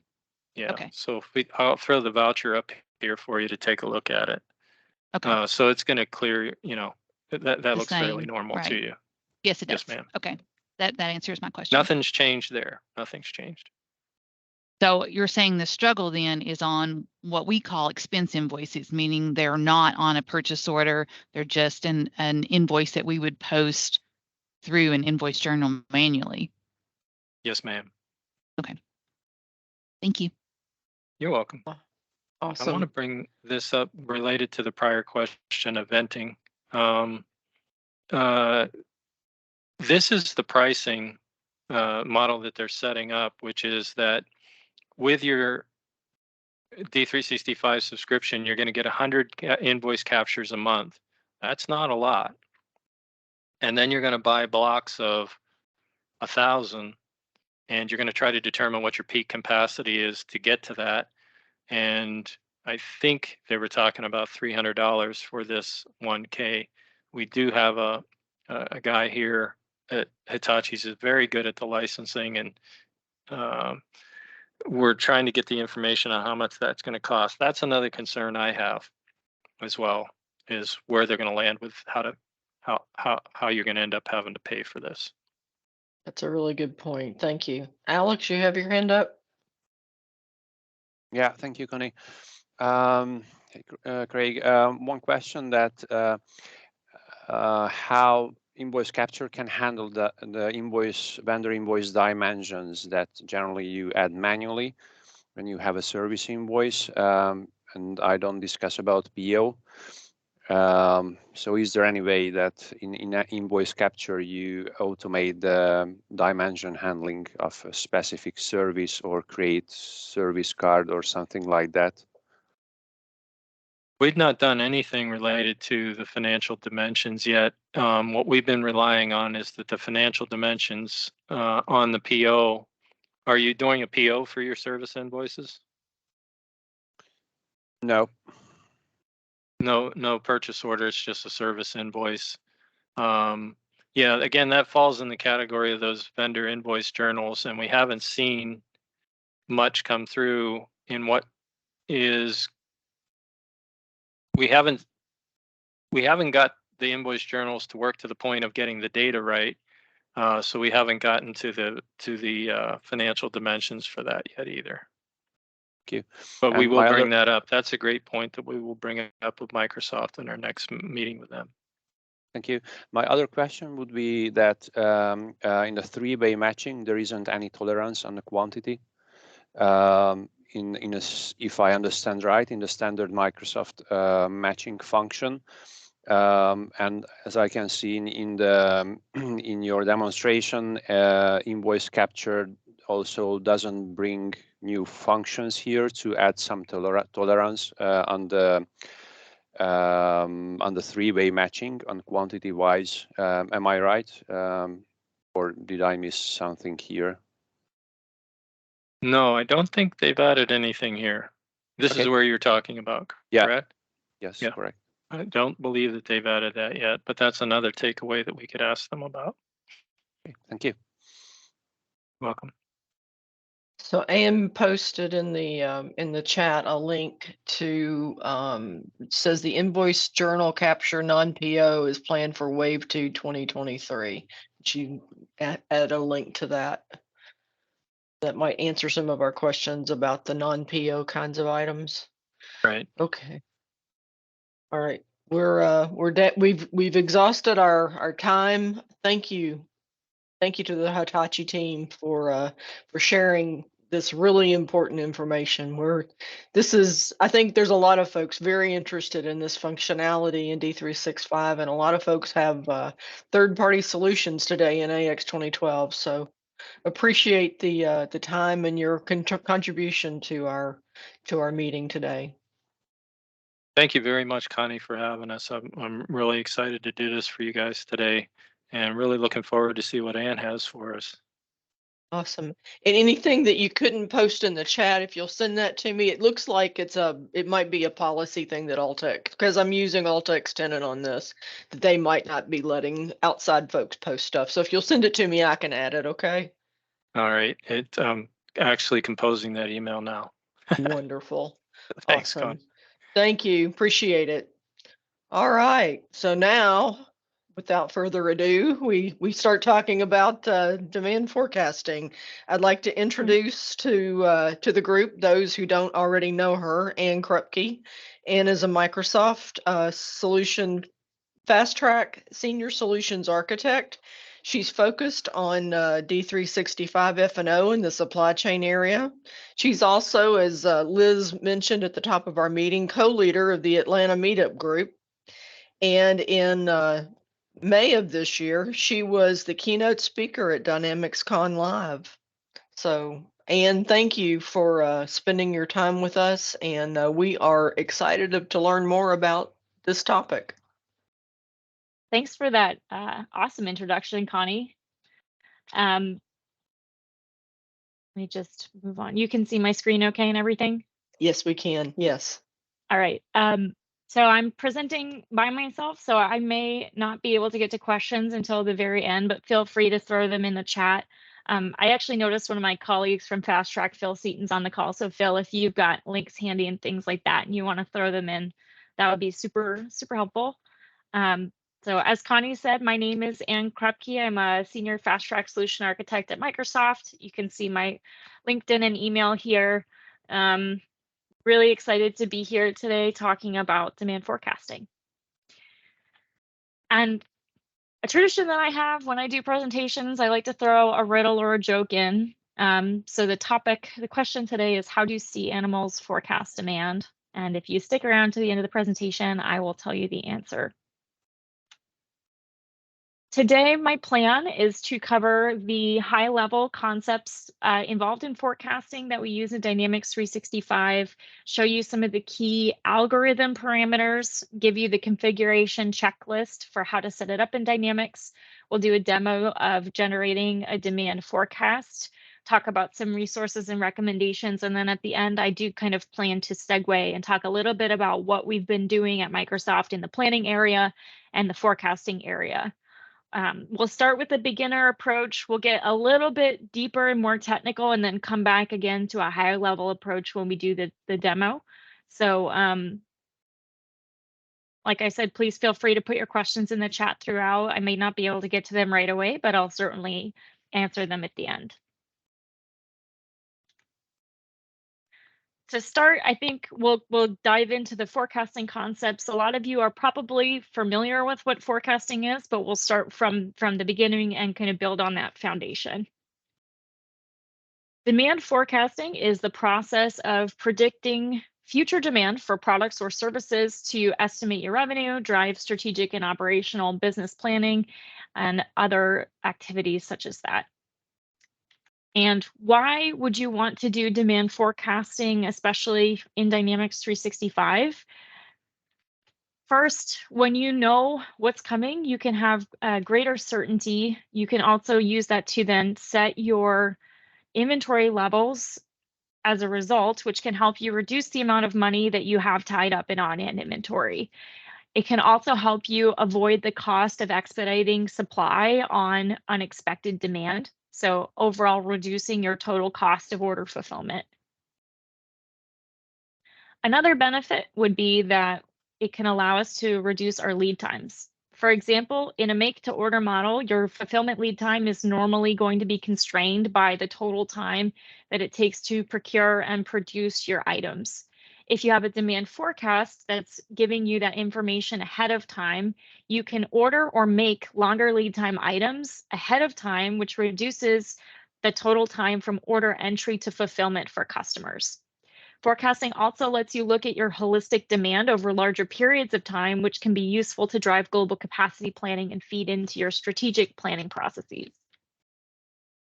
And thirdly, in industries such as retail, having inventory on hand at the time of order is critical. If you don't have it in a store, the customer is not going to typically order it. They're going to go buy it somewhere else instead of waiting for you to buy it or make more. An accurate demand forecast can help you prevent stockout scenarios like that and gain the revenue that you would have otherwise missed in a stockout. Here you can see an architecture diagram of how forecasting works when we use Dynamics 365 supply chain management. In the middle, we have the F&O client or D365 SCM. It is the user interface that you typically interact with to generate, edit, and publish the forecast. There are two additional pieces, Azure Data Lake, which you can use to store your historical demand forecast and your current, or your historical demand and your current demand forecast.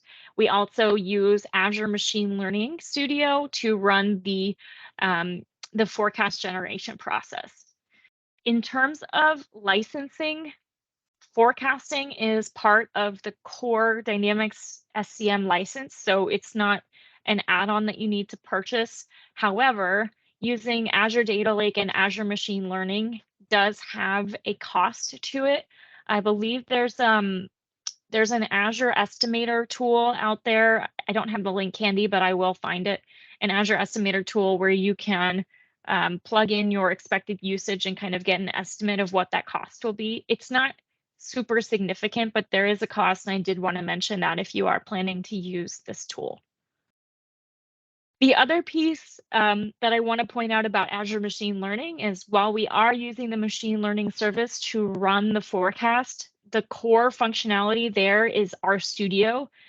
R is a free and open source package it contains a free and open source package for time series forecasting. So if you have any forecasting experience or are familiar with that, hopefully that makes sense in terms of R is the tool that is really generating the statistical forecast model.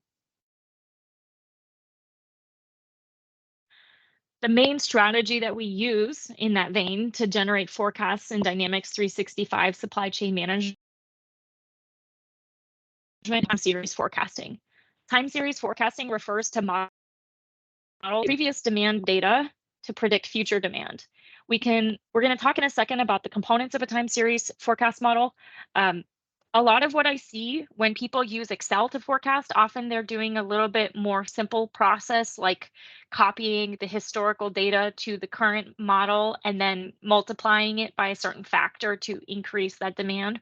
Or they may be doing a weighted average of the previous several periods to produce the new demand forecast. And where time series forecasting comes in is it takes a more advanced statistical approach to determining what that forecast should be. And that's why people choose to migrate from, this manual Excel process into using a tool such as Dynamics 365. So the components of time series forecasting, the first one is the trend. So trend is the general direction which our demand is moving in, either going up or going down. Then we have seasonality. So seasonality represents repeating short-term patterns in our demand.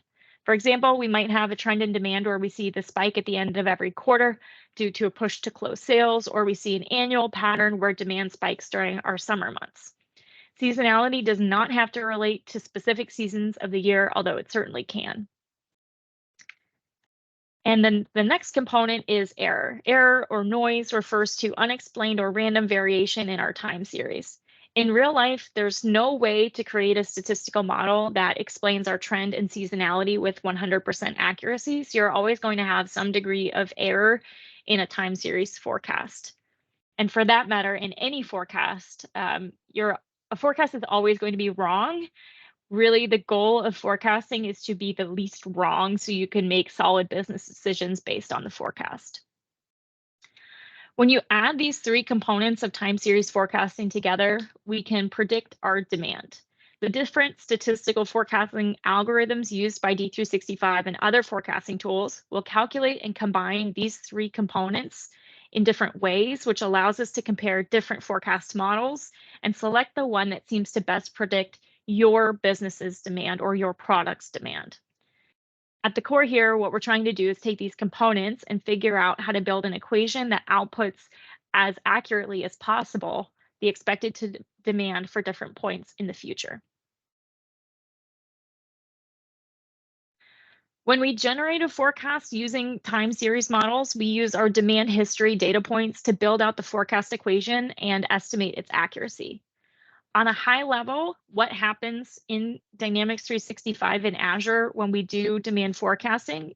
We start by taking a subset of demand history data and using the parameters we've set in Dynamics 365, which I'll talk to you a little bit about in just a minute. And we feed that into Azure Machine Learning. In Azure, the statistical modeling tools, the RStudio package, essentially creates an equation to predict future demand based on the historical data points that we fed into it. Then the equation is comprised of different terms that reference the demand history points, which are significant in estimating the future demand amount. In most cases, these values will be multiplied by some factor, which is based on the forecast model that is used and the parameters that we've set in the system. There can be a lot of terms as part of the equation, and it can be a lot more complex than I'm kind of pointing out and just taking previous history and multiplying by a factor, but I'm just trying to keep it simple to explain what's going on when we run the demand forecast. And then, of course, we've got our error term, which just accounts for the noise that you're going to get when you do statistical forecasting. The output of the equation is built in Azure, gives us our expected demand value at any time t. When we generate a forecast for the next year, for example, we'll use this equation to get the values for t as January, February, March, etc. Dynamics does not actually expose to us the equation that's derived by our forecasting tools. I'm just trying to help, again, paint the picture of what's happening in the background when we do generate a demand forecast. Now, remember, we only used a subset of demand history to generate the forecast. and the remaining data points are kept in reserve to estimate the accuracy of the equation that was built in Azure Machine Learning. The way that we measure that in Dynamics is with mean absolute percentage error. I'm not going to dive into that too much. You can check out some of the other resources that I've posted if you're curious about exactly how this is calculated, but basically it plugs the historical, the withheld data points into the equation and looks at how far those deviate from the forecasted value based on the equation we generated.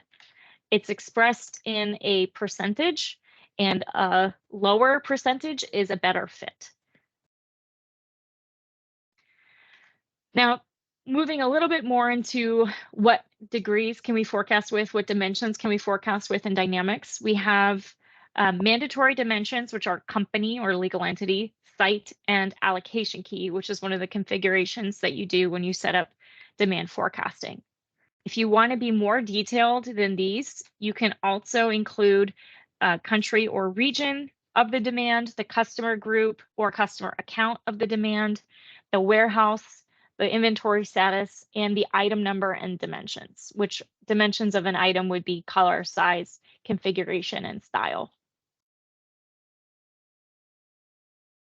There are a number of forecasting algorithm parameters that influence the equations that are generated when we generate a forecast in Dynamics. I'm not going to go through all of them in a lot of detail because I don't want to lose everybody, but I do have an explanation of those. I've done in a tech talk, and I will share that link with you all towards the end. But essentially what you should know is there are opportunities for you to make business decisions to influence the model that is generated. So you can choose to influence whether or not seasonality is incorporated. You can specifically pick one method of generating a forecast model or ask the system to choose the best fit. You can put parameters on what the maximum and minimum possible forecasted value will be. And there are some other kind of small pieces that you can influence from the dynamic side to determine basically what kind of a forecast you want to get out of the product. So I'm not going to talk about the other ones, but I will at least show you the time series models that we have available. So we have ARIMA, which is auto-regressive integrated moving average. Basically, it looks a lot more at smoothing the trend because it's a moving average. Auto-regressive means it refers to itself. So that's a standard time series forecasting model. ETS, which stands for error trend seasonal, is another smoothing model for your demand. So your forecast is going to look a little bit more like a flatter line, but it will be able to influence using more recent demand over older demand data. STL is seasonal and trend decomposition using the LOS method, and it's another standard model for forecasting. This one does include a little bit more seasonality in the equation that it'll generate. And then the two remaining models are ETS plus ARIMA and ETS plus STL, which are the previous models just combined. Like I mentioned, there is an option to just say, try them all and give me the one that has the lowest mean average percent error, which one we think is most likely to be accurate. Yep, that's the last one. So as I mentioned, there are other parameters like minimum and maximum forecasted value, what to do with missing data, the confidence level that you want your forecast to require, whether you want to provide a seasonality hint, how seasonality should be included, additive or multiplicative, how big your test set should be versus the size of data used to build the equation. All of those things are things that you can manipulate. I've talked about them in more detail in other resources. I just don't want to get too deep in this presentation. So I'll leave the links at the end for more information there. In terms of guidance if you are looking at implementing this functionality. First, you need to test and retest. The different parameters, we have general recommendations about what to do, but really you should be playing with them to try to get the lowest possible MAPE value or error value for your equation so that it is the most useful for your business. It's not always going to be nice right out of the box. And a good way that you can validate the solution or the forecast that's provided is compare it to your previous years and look at how different historical data looks compared to the forecast that you're seeing. Secondly, and maybe even more importantly, when we see people implement forecasting in Dynamics, the most successful projects use someone with a data science background. So if you don't have someone in your organization that really understands data science and time series forecast, can either contract someone or hire someone, but I recommend that you work with someone who has a data science background because they'll help you understand exactly what patterns you have in your product data, how you need to arrange it, and what parameters you may need to tweak. And lastly, while there are a set of parameters that are available to configure from the Dynamics side, there are additional parameters in the RStudio package for forecasting. And if you're finding that you're getting low accuracy results or it's not the accuracy you want, then you can also investigate the additional parameters in the RStudio package and adjust those further, which again is another reason you want to work with a data scientist because they'll understand how that works. Now we're going to talk a little bit about the configuration checklist for demand forecasting. And I'm going to focus on the F&O side. There are some setups you need to do in Azure, of course. That is all documented in a tech talk and on the docs site. And I'll make sure we share those links with you again so that you know how to get started. But essentially in Dynamics 365, you'll set your key parameters. You'll create your item allocation keys, which is a group of items that you want to essentially forecast together. You can set up your different forecast models. So you can support having your statistical forecast. You can have a what if forecast, a customer forecast, a sales forecast. You can have many different forecasts for the same item at the same time, and you differentiate those by different forecast models. Then you can set up your specific algorithm parameters that you want to drive. We do support outlier removal, which is a big question. So if, say, Amazon places a once in a lifetime order and you're never going to get that large of an order again, then you may want to exclude that sales demand as an outlier so that it doesn't influence your future forecasting. You can also do intercompany demand forecasting if you have downstream or upstream relationships with your other companies in your business, then you can create that relationship and make sure that the downstream demand is incorporated in your forecast. You can also set up your master planning to generate planned supply orders, purchase orders, production orders, or transfer orders based on a forecast value.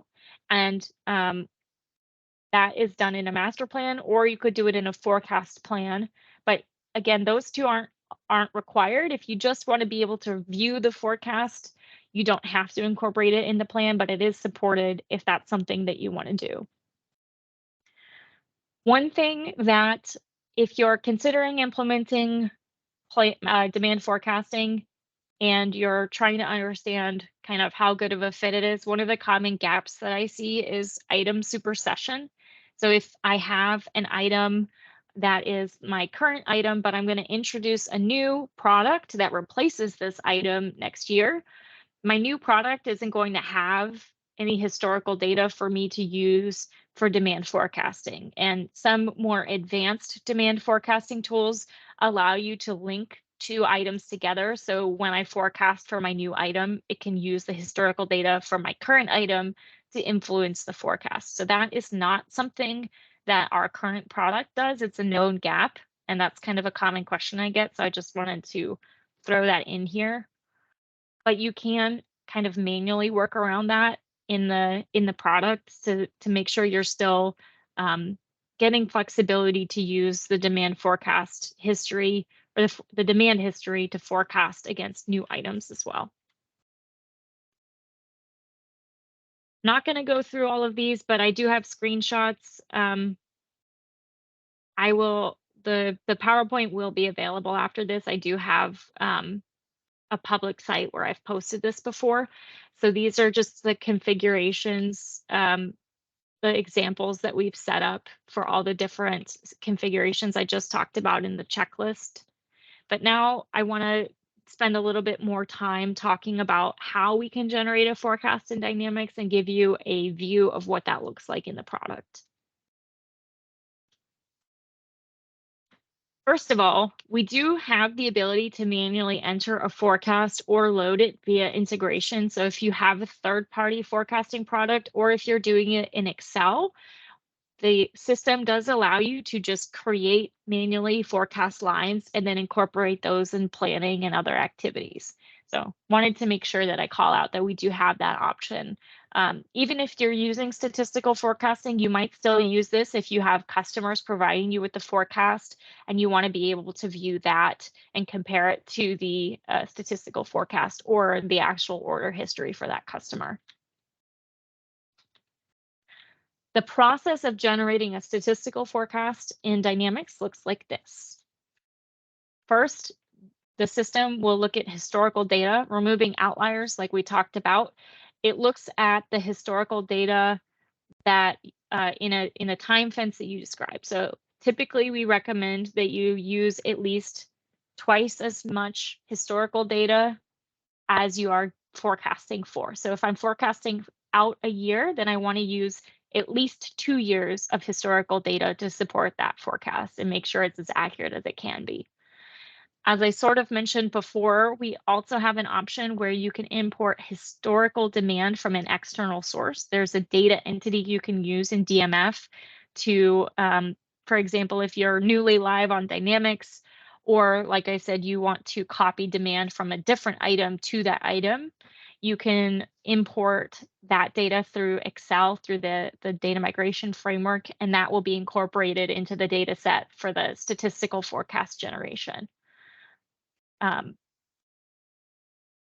It does not, however, impact any financials or transactions that you've posted. It's just a separate entity that is used only for the purposes of demand forecasting. Once we've taken that historical data and sent it out to Azure Machine Learning and RStudio, the forecast will be generated based on the parameters that we configured in the system.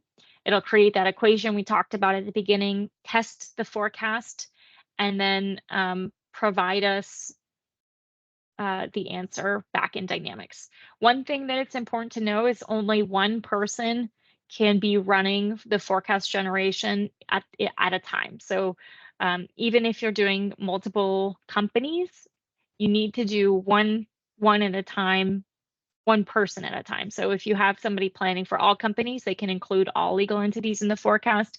But if you have different people doing forecasting in each entity, then they need to wait until that job is completed to generate the next one. Once the forecast is provided back into Dynamics 365, you can analyze the outputs, manually update the values, and that manual update is actually something that is allowed to be done in parallel. And we'll show you that in just a minute. And then when you're done, you authorize the forecast, which creates the final demand forecast records in the system. And that is then used in master planning to help you generate supply if that's something you've chosen to set up. These are the data entities that you can use for the historical external demand. I recommend that you use either the V2 or grouped by key fields entities, but this allows you, like I said, to import the external demand history to influence forecast. And now we're going to move over to a recording that I've done of how you can generate and review forecast results in Dynamics. So all of our forecasting is done in the user interface of Dynamics. We're going to go to the master planning module, and in the forecasting area under demand forecasting, I'll select generate statistical baseline forecast. That's going to pop up a menu item, and I need to set some parameters. I need to say my historical horizon, what historical data do I want to use? What date am I going to start the forecast from going forward? I can choose to filter which items I want to forecast for in that records to include. And then under advanced parameters, I can determine whether I want to forecast in monthly buckets, weekly, or daily. And then the forecast horizon says how many buckets I want to forecast for. So in this case, forward 12 months is going to be forecasting for the next year.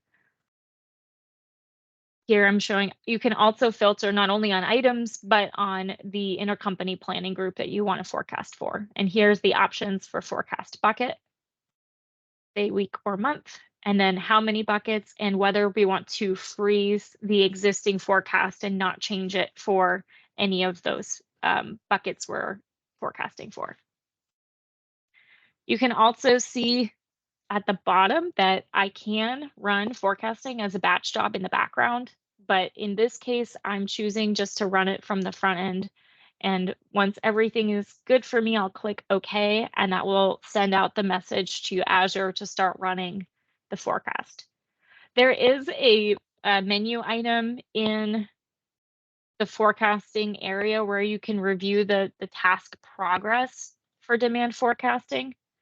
I'm not showing that in the demo though. When that's done, I can go back to master planning, and under forecasting, I can click on, oh, I think I just replayed the video. I didn't want to do that. When it's done, I can go back to master planning, and then under demand forecast, adjusted demand forecast. So this is showing me the proposed but not forecast.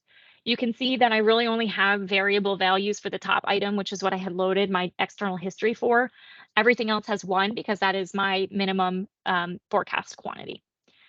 So we can see here the amount that has been generated for each of the buckets that we're forecasting for. And on the left, we can see the combination of dimensions. So this is in company USMF site 1 for item number D0001. This is the value of the future forecast. I can edit right in the screen.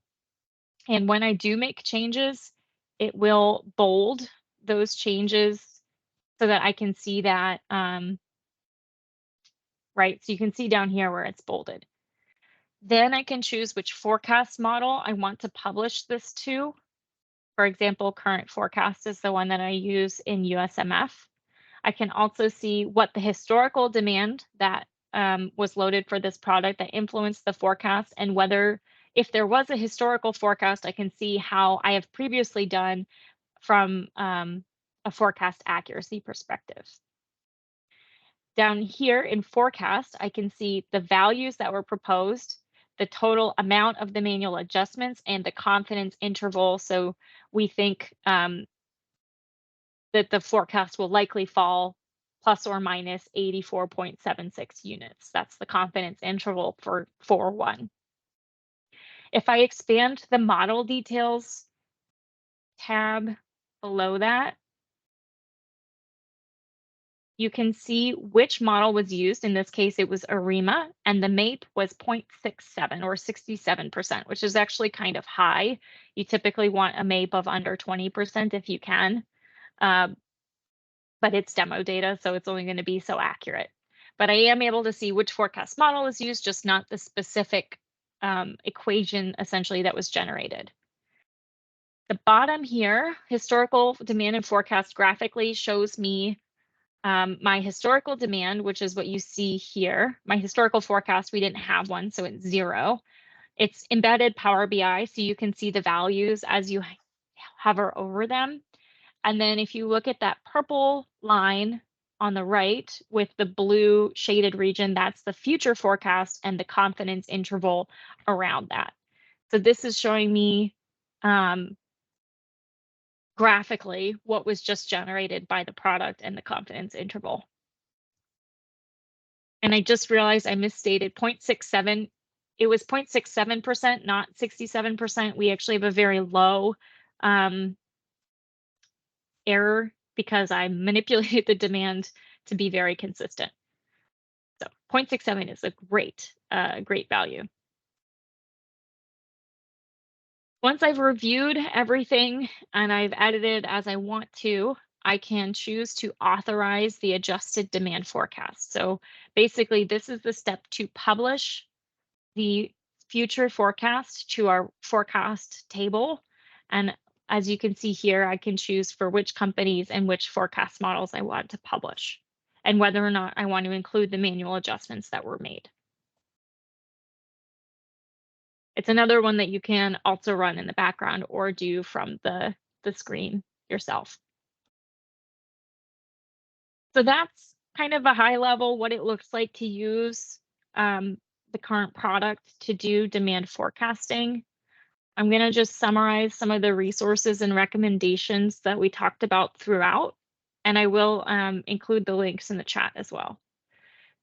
The biggest recommendation I can make is if you're going to do a demand forecasting implementation, make sure somebody is either a data scientist or has a data science background, because it can get very technical. And understanding the concepts of what's going on, it's just like any other area you're implementing. If you're going to implement production, then you want somebody who knows production when you're implementing that module. So same kind of thing with forecasting. As I mentioned, you want to make sure your historical data is at least 2 times the length of your forecast horizon. So if I'm forecasting for a year out, I want to have at least 2 years of historical data feeding that forecast.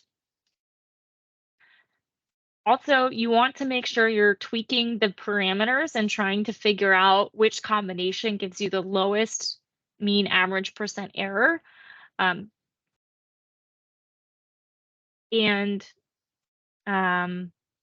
It's going to take a lot of testing to figure that out. So you just want to make sure you're tweaking the values and testing with different items, with representative data, and validating that that is correct or as close to correct as can be. If you are going to load external demand history, for example, if you're just live on Dynamics, you don't have any demand history in the invent trans table, so you're going to need to make a process for taking your historical data and bringing that in. So make sure that that process is defined, and as more data is generated in Dynamics, that you have a plan for that transition period, and then you know when you no longer need to load the external demand. I also generally recommend, if you're not currently using forecasting and you're in your initial Dynamics implementation, that you consider postponing it till phase 2, especially because it'll give you an opportunity to accumulate more demand history inside of Dynamics. However, if you have it as a minimum viable product requirement, then of course it's totally fine to implement it in the first one. We just see it often as a phase 2 item because of the change management of moving from Excel to a product, and because of the demand history generation, like we talked about. Don't configure your system without first understanding your data. This is kind of in parallel to making sure you have a data scientist. How you need to set it up is going to be very dependent on what patterns your item demand follows, right? If I'm like a Home Depot and I sell, grills are probably going to be very seasonal because people are going to be buying them during the summer and grilling out. Whereas something like hardwood flooring, maybe it's seasonal if house building has a specific season that it's really high in, or maybe it's not. So I may have different types of products that follow different sorts of trends, and it's really important that you understand that before you go into trying to build a forecast, because you don't want to try to use the same model for everything. You want to make sure you've got it to that item or group of items pattern. Don't give up if you have a flat forecast. That's another common thing I hear. You just kind of get started, you plug some stuff in, and then the forecast is flat and it doesn't really feel like it's accurate to you. That just means that you need to go back and tweak some of the parameters. And again, having someone with a data science background can help you figure out why your forecast is flat and understand whether there is another way to approach it. If you have multiple companies and you want to incorporate upstream and downstream demand into your planning sequence, make sure you set up the intercompany planning sequence. And you want to make sure you're not setting your test sample size too high, the data that you're holding back to test the accuracy. Because if you do that, one, you're not giving the size, you're not giving the forecasting equation enough data to generate an accurate model, and the performance is going to be a bit slower for running your statistical forecast generation. And if you are using a forecast to drive planning, make sure you set a forecast reduction method. So basically, we don't want to include both forecast and sales orders and then essentially double count sales order demand that is covered by the forecast. So what you can do is set up a forecast reduction method to make as sales demand comes in or other demand comes in, to reduce the remaining forecast so that you're only planning for the kind of the combined value instead of double counting demand. These are my additional resources. I did do a tech talk last year with a couple of my colleagues at Microsoft. We did a two-part series, one that talks about a lot of the information we covered today, and another one that talks about how you set up the Azure side of things. And I will post these links in the chat afterwards. But and then the second link is the docs article that is the overview for how the tool works and how to get started. The Yammer group, which I posted one for the AI capture product. The Yammer group is a place where you can go and ask questions and hear feedback directly from the product team as well as announcements. I've also linked to the R project website, so the tool that's used to generate the time series forecast if you're interested in getting more information about that. And then, of course, as always, if you have feedback about the product or something that you'd like to see, you can put ideas on the ideas portal. They are considered when we do our roadmap planning. We've been making sure to incorporate our highest priority, highest voted ideas into the roadmap. Speaking of roadmap, I wanted to just take a minute to talk about what we've done, what we're currently doing, and what's in the plan. So in terms of forecasting, we did last year change to update the tool to use the new Azure Machine Learning service instead of classic Azure Machine Learning. That's kind of the only real thing that we added to the forecasting area in the past couple of years, I want to say. We also, of course, we introduced planning optimization, which hopefully you all know about. We introduced DDM, which is a planning industry methodology, demand-driven material requirements planning. We now support that in the product and have a certificate from the Demand-Driven Institute, who's basically approved that our product does, in fact, support their methodology. We've also added support for multi-sourcing, being able to split planned purchases across multiple vendors, which can help you reduce kind of some of the risk in your supply chain and increase flexibility.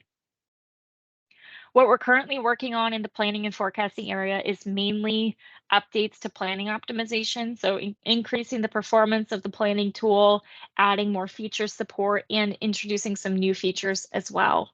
If you want to know in more detail, I would definitely recommend that you check out the release notes from the past few versions. We've got some new stuff out there. In terms of what's coming, I can only share what's publicly available. We have talked about some additional updates that are coming for planning optimization. You can find those in the Wave 2 release plan. And the only other thing I'll say is that you should stay tuned for upcoming events and announcements in October. If you want to know more about what we're going to be releasing soon. I'm going to go to questions, but before I do that, I'm going to answer the riddle from the beginning of the presentation, which was, how do sea animals forecast demand? And the answer is they use algorithms.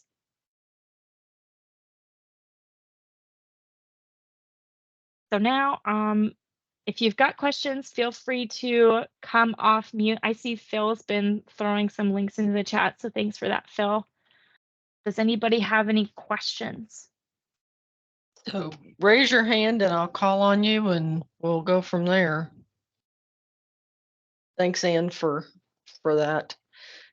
That was a lot of technical information. I know it's a little heavy. Hopefully, there was a little bit of kind of the general here as well, but it was a lot. Don't be shy, folks. Who has a question?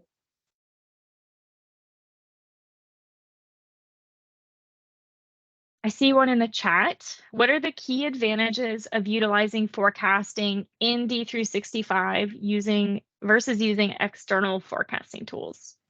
It's a good question. So I would say that D365 certainly gives you a more advanced approach to demand forecasting than what you would get in Excel, because it's using more nuanced equations to predict demand than typically you're going to get in Excel. It also has that kind of, we're on the platform support, so you don't have to build an integration to a third-party product or anything like that. So from that perspective, I think it does really well. To be completely honest, though, there are plenty of customers of ours who continue to use third-party tools.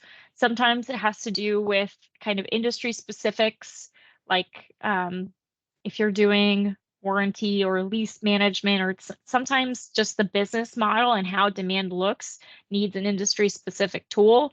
Sometimes people need more advanced algorithms because they want to get even more, granular in terms of the forecast that they're going to get generated. So we do see a lot of people still choose to use third-party products, but that requires you to then integrate that product with Dynamics. There are also a couple of forecasting ISVs that plug in directly to Dynamics that are out there. You can check them out on AppSource, but essentially, I think one of them I know in particular covers the issue of item supersession and can also give you some additional graphics to review, reports to review the forecast and analyze that a little bit further.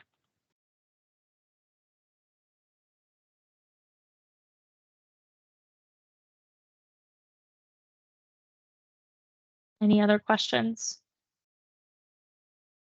Everybody's still awake. Did I put everybody to sleep? Still see a lot of the Altec folks on the call.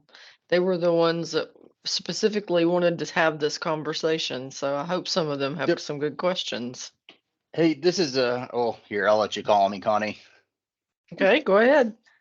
What would be your first recommendations if we're not even utilizing planning optimization or, any of the basics MRP? Would you recommend we wait for a phase 2? And I guess second part of that question is, what other resources would you recommend if we don't have access to, a data scientist or a large IT support group?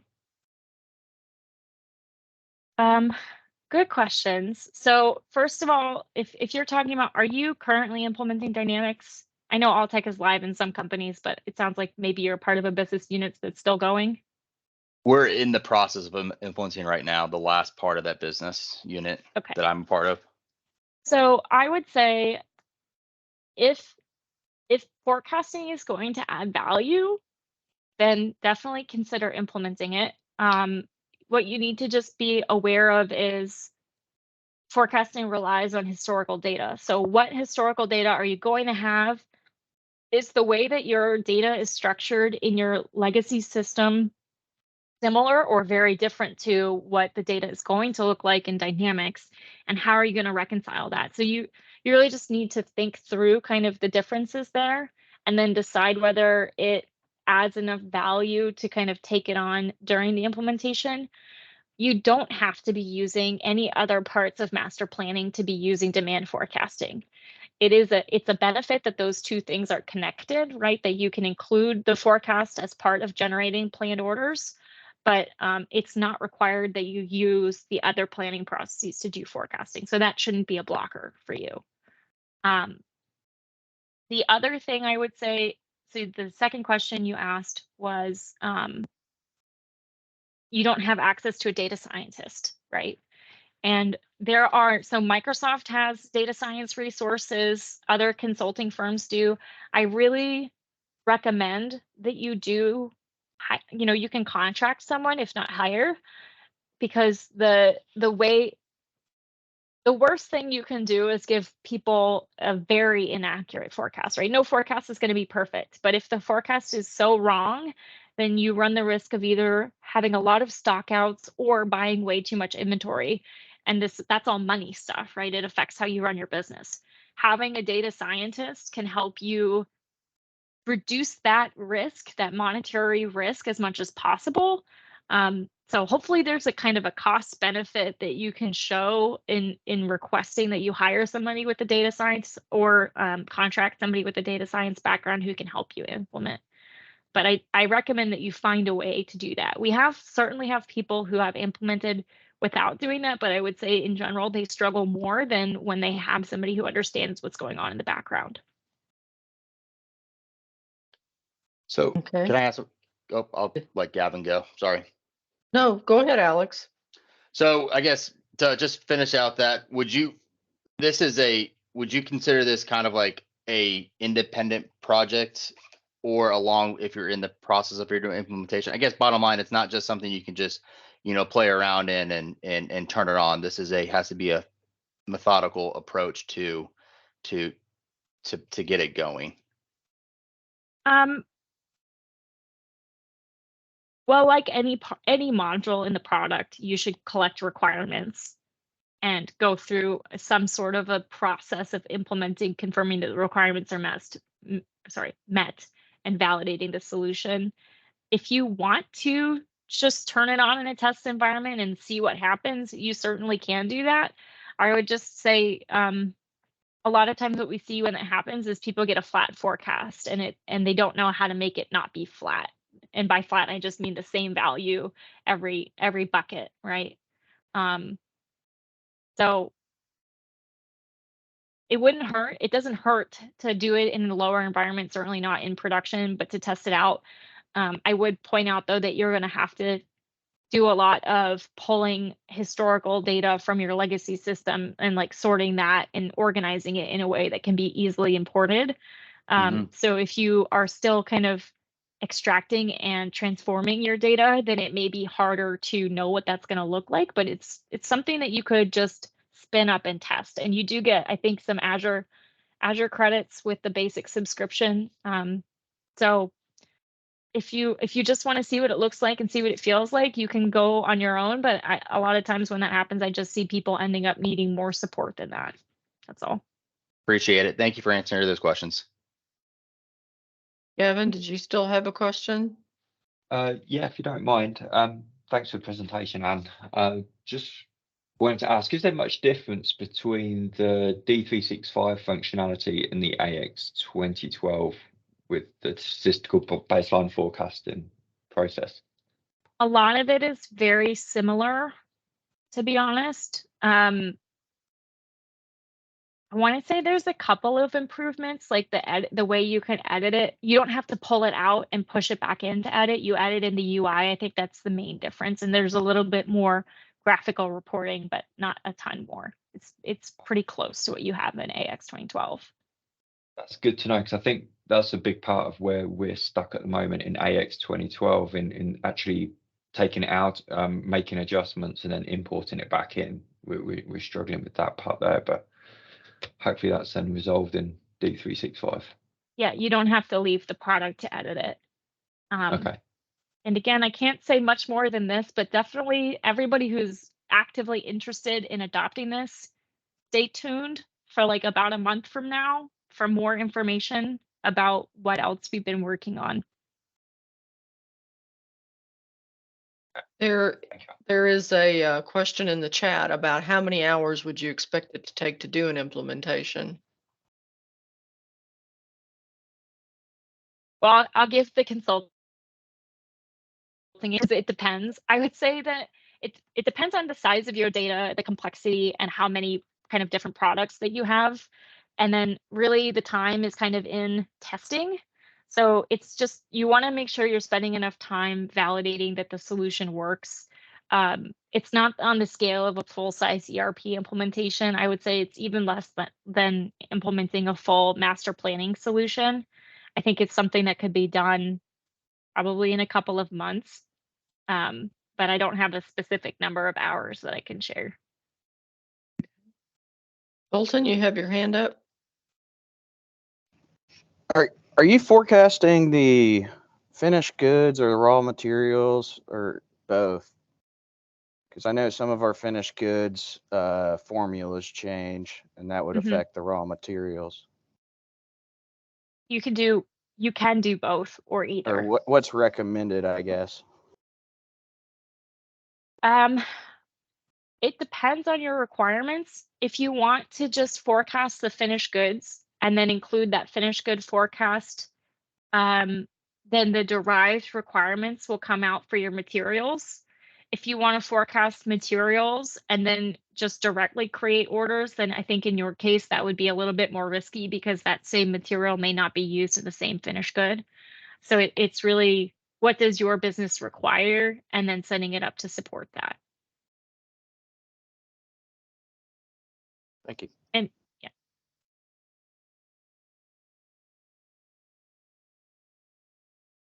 Other questions? Comments? I think we came in just under time. We did. Woohoo. There we go. We have a hand up. Well, Connie, it was up. There you go. Go ahead. It's Yes. Mary Hannah. Sorry, I pushed the button and then I pushed it again. Sorry. Hi, and had a question about other external data. Is there any opportunity to bring in like macroeconomic data to run regressions on historical data to give us like even more accurate projections for like demand planning for our business? That's a great question. For what we currently have in the product, that's not possible, but it is something that we've heard a lot from customers, especially when you think about COVID, right? COVID was a huge impact on the demand patterns, and some people really want to be able to kind of figure out how to accommodate that. Or like you said, like an election year might influence, weather might influence. So that's not something that we currently have. But stay tuned, maybe. Is that a teaser? Great, thank you. I'm trying to, operate within my parameters here, right? I can only talk about what we have officially published, so I don't have any more information than that at the time. I understand. We have just a few minutes left. Any final questions or comments?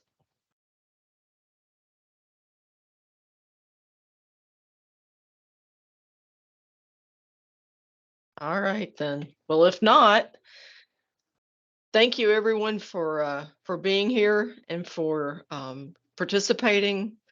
I think these were two really great sessions. Thanks to our presenters for sharing their wealth of knowledge and the information that they had. I have an email from Craig with some things that we'll share. Liz said that if I send them to her, then she has a place she can post them on the Doug site that'll be available, and she'll post the video of this meeting on the YouTube channel that they have. So if you want to review it, or if you've got a colleague that wasn't able to attend, point them in that direction. Thanks everyone for being here. It's my pleasure to lead this group and to have everybody in Kentucky and elsewhere actually join us on this call.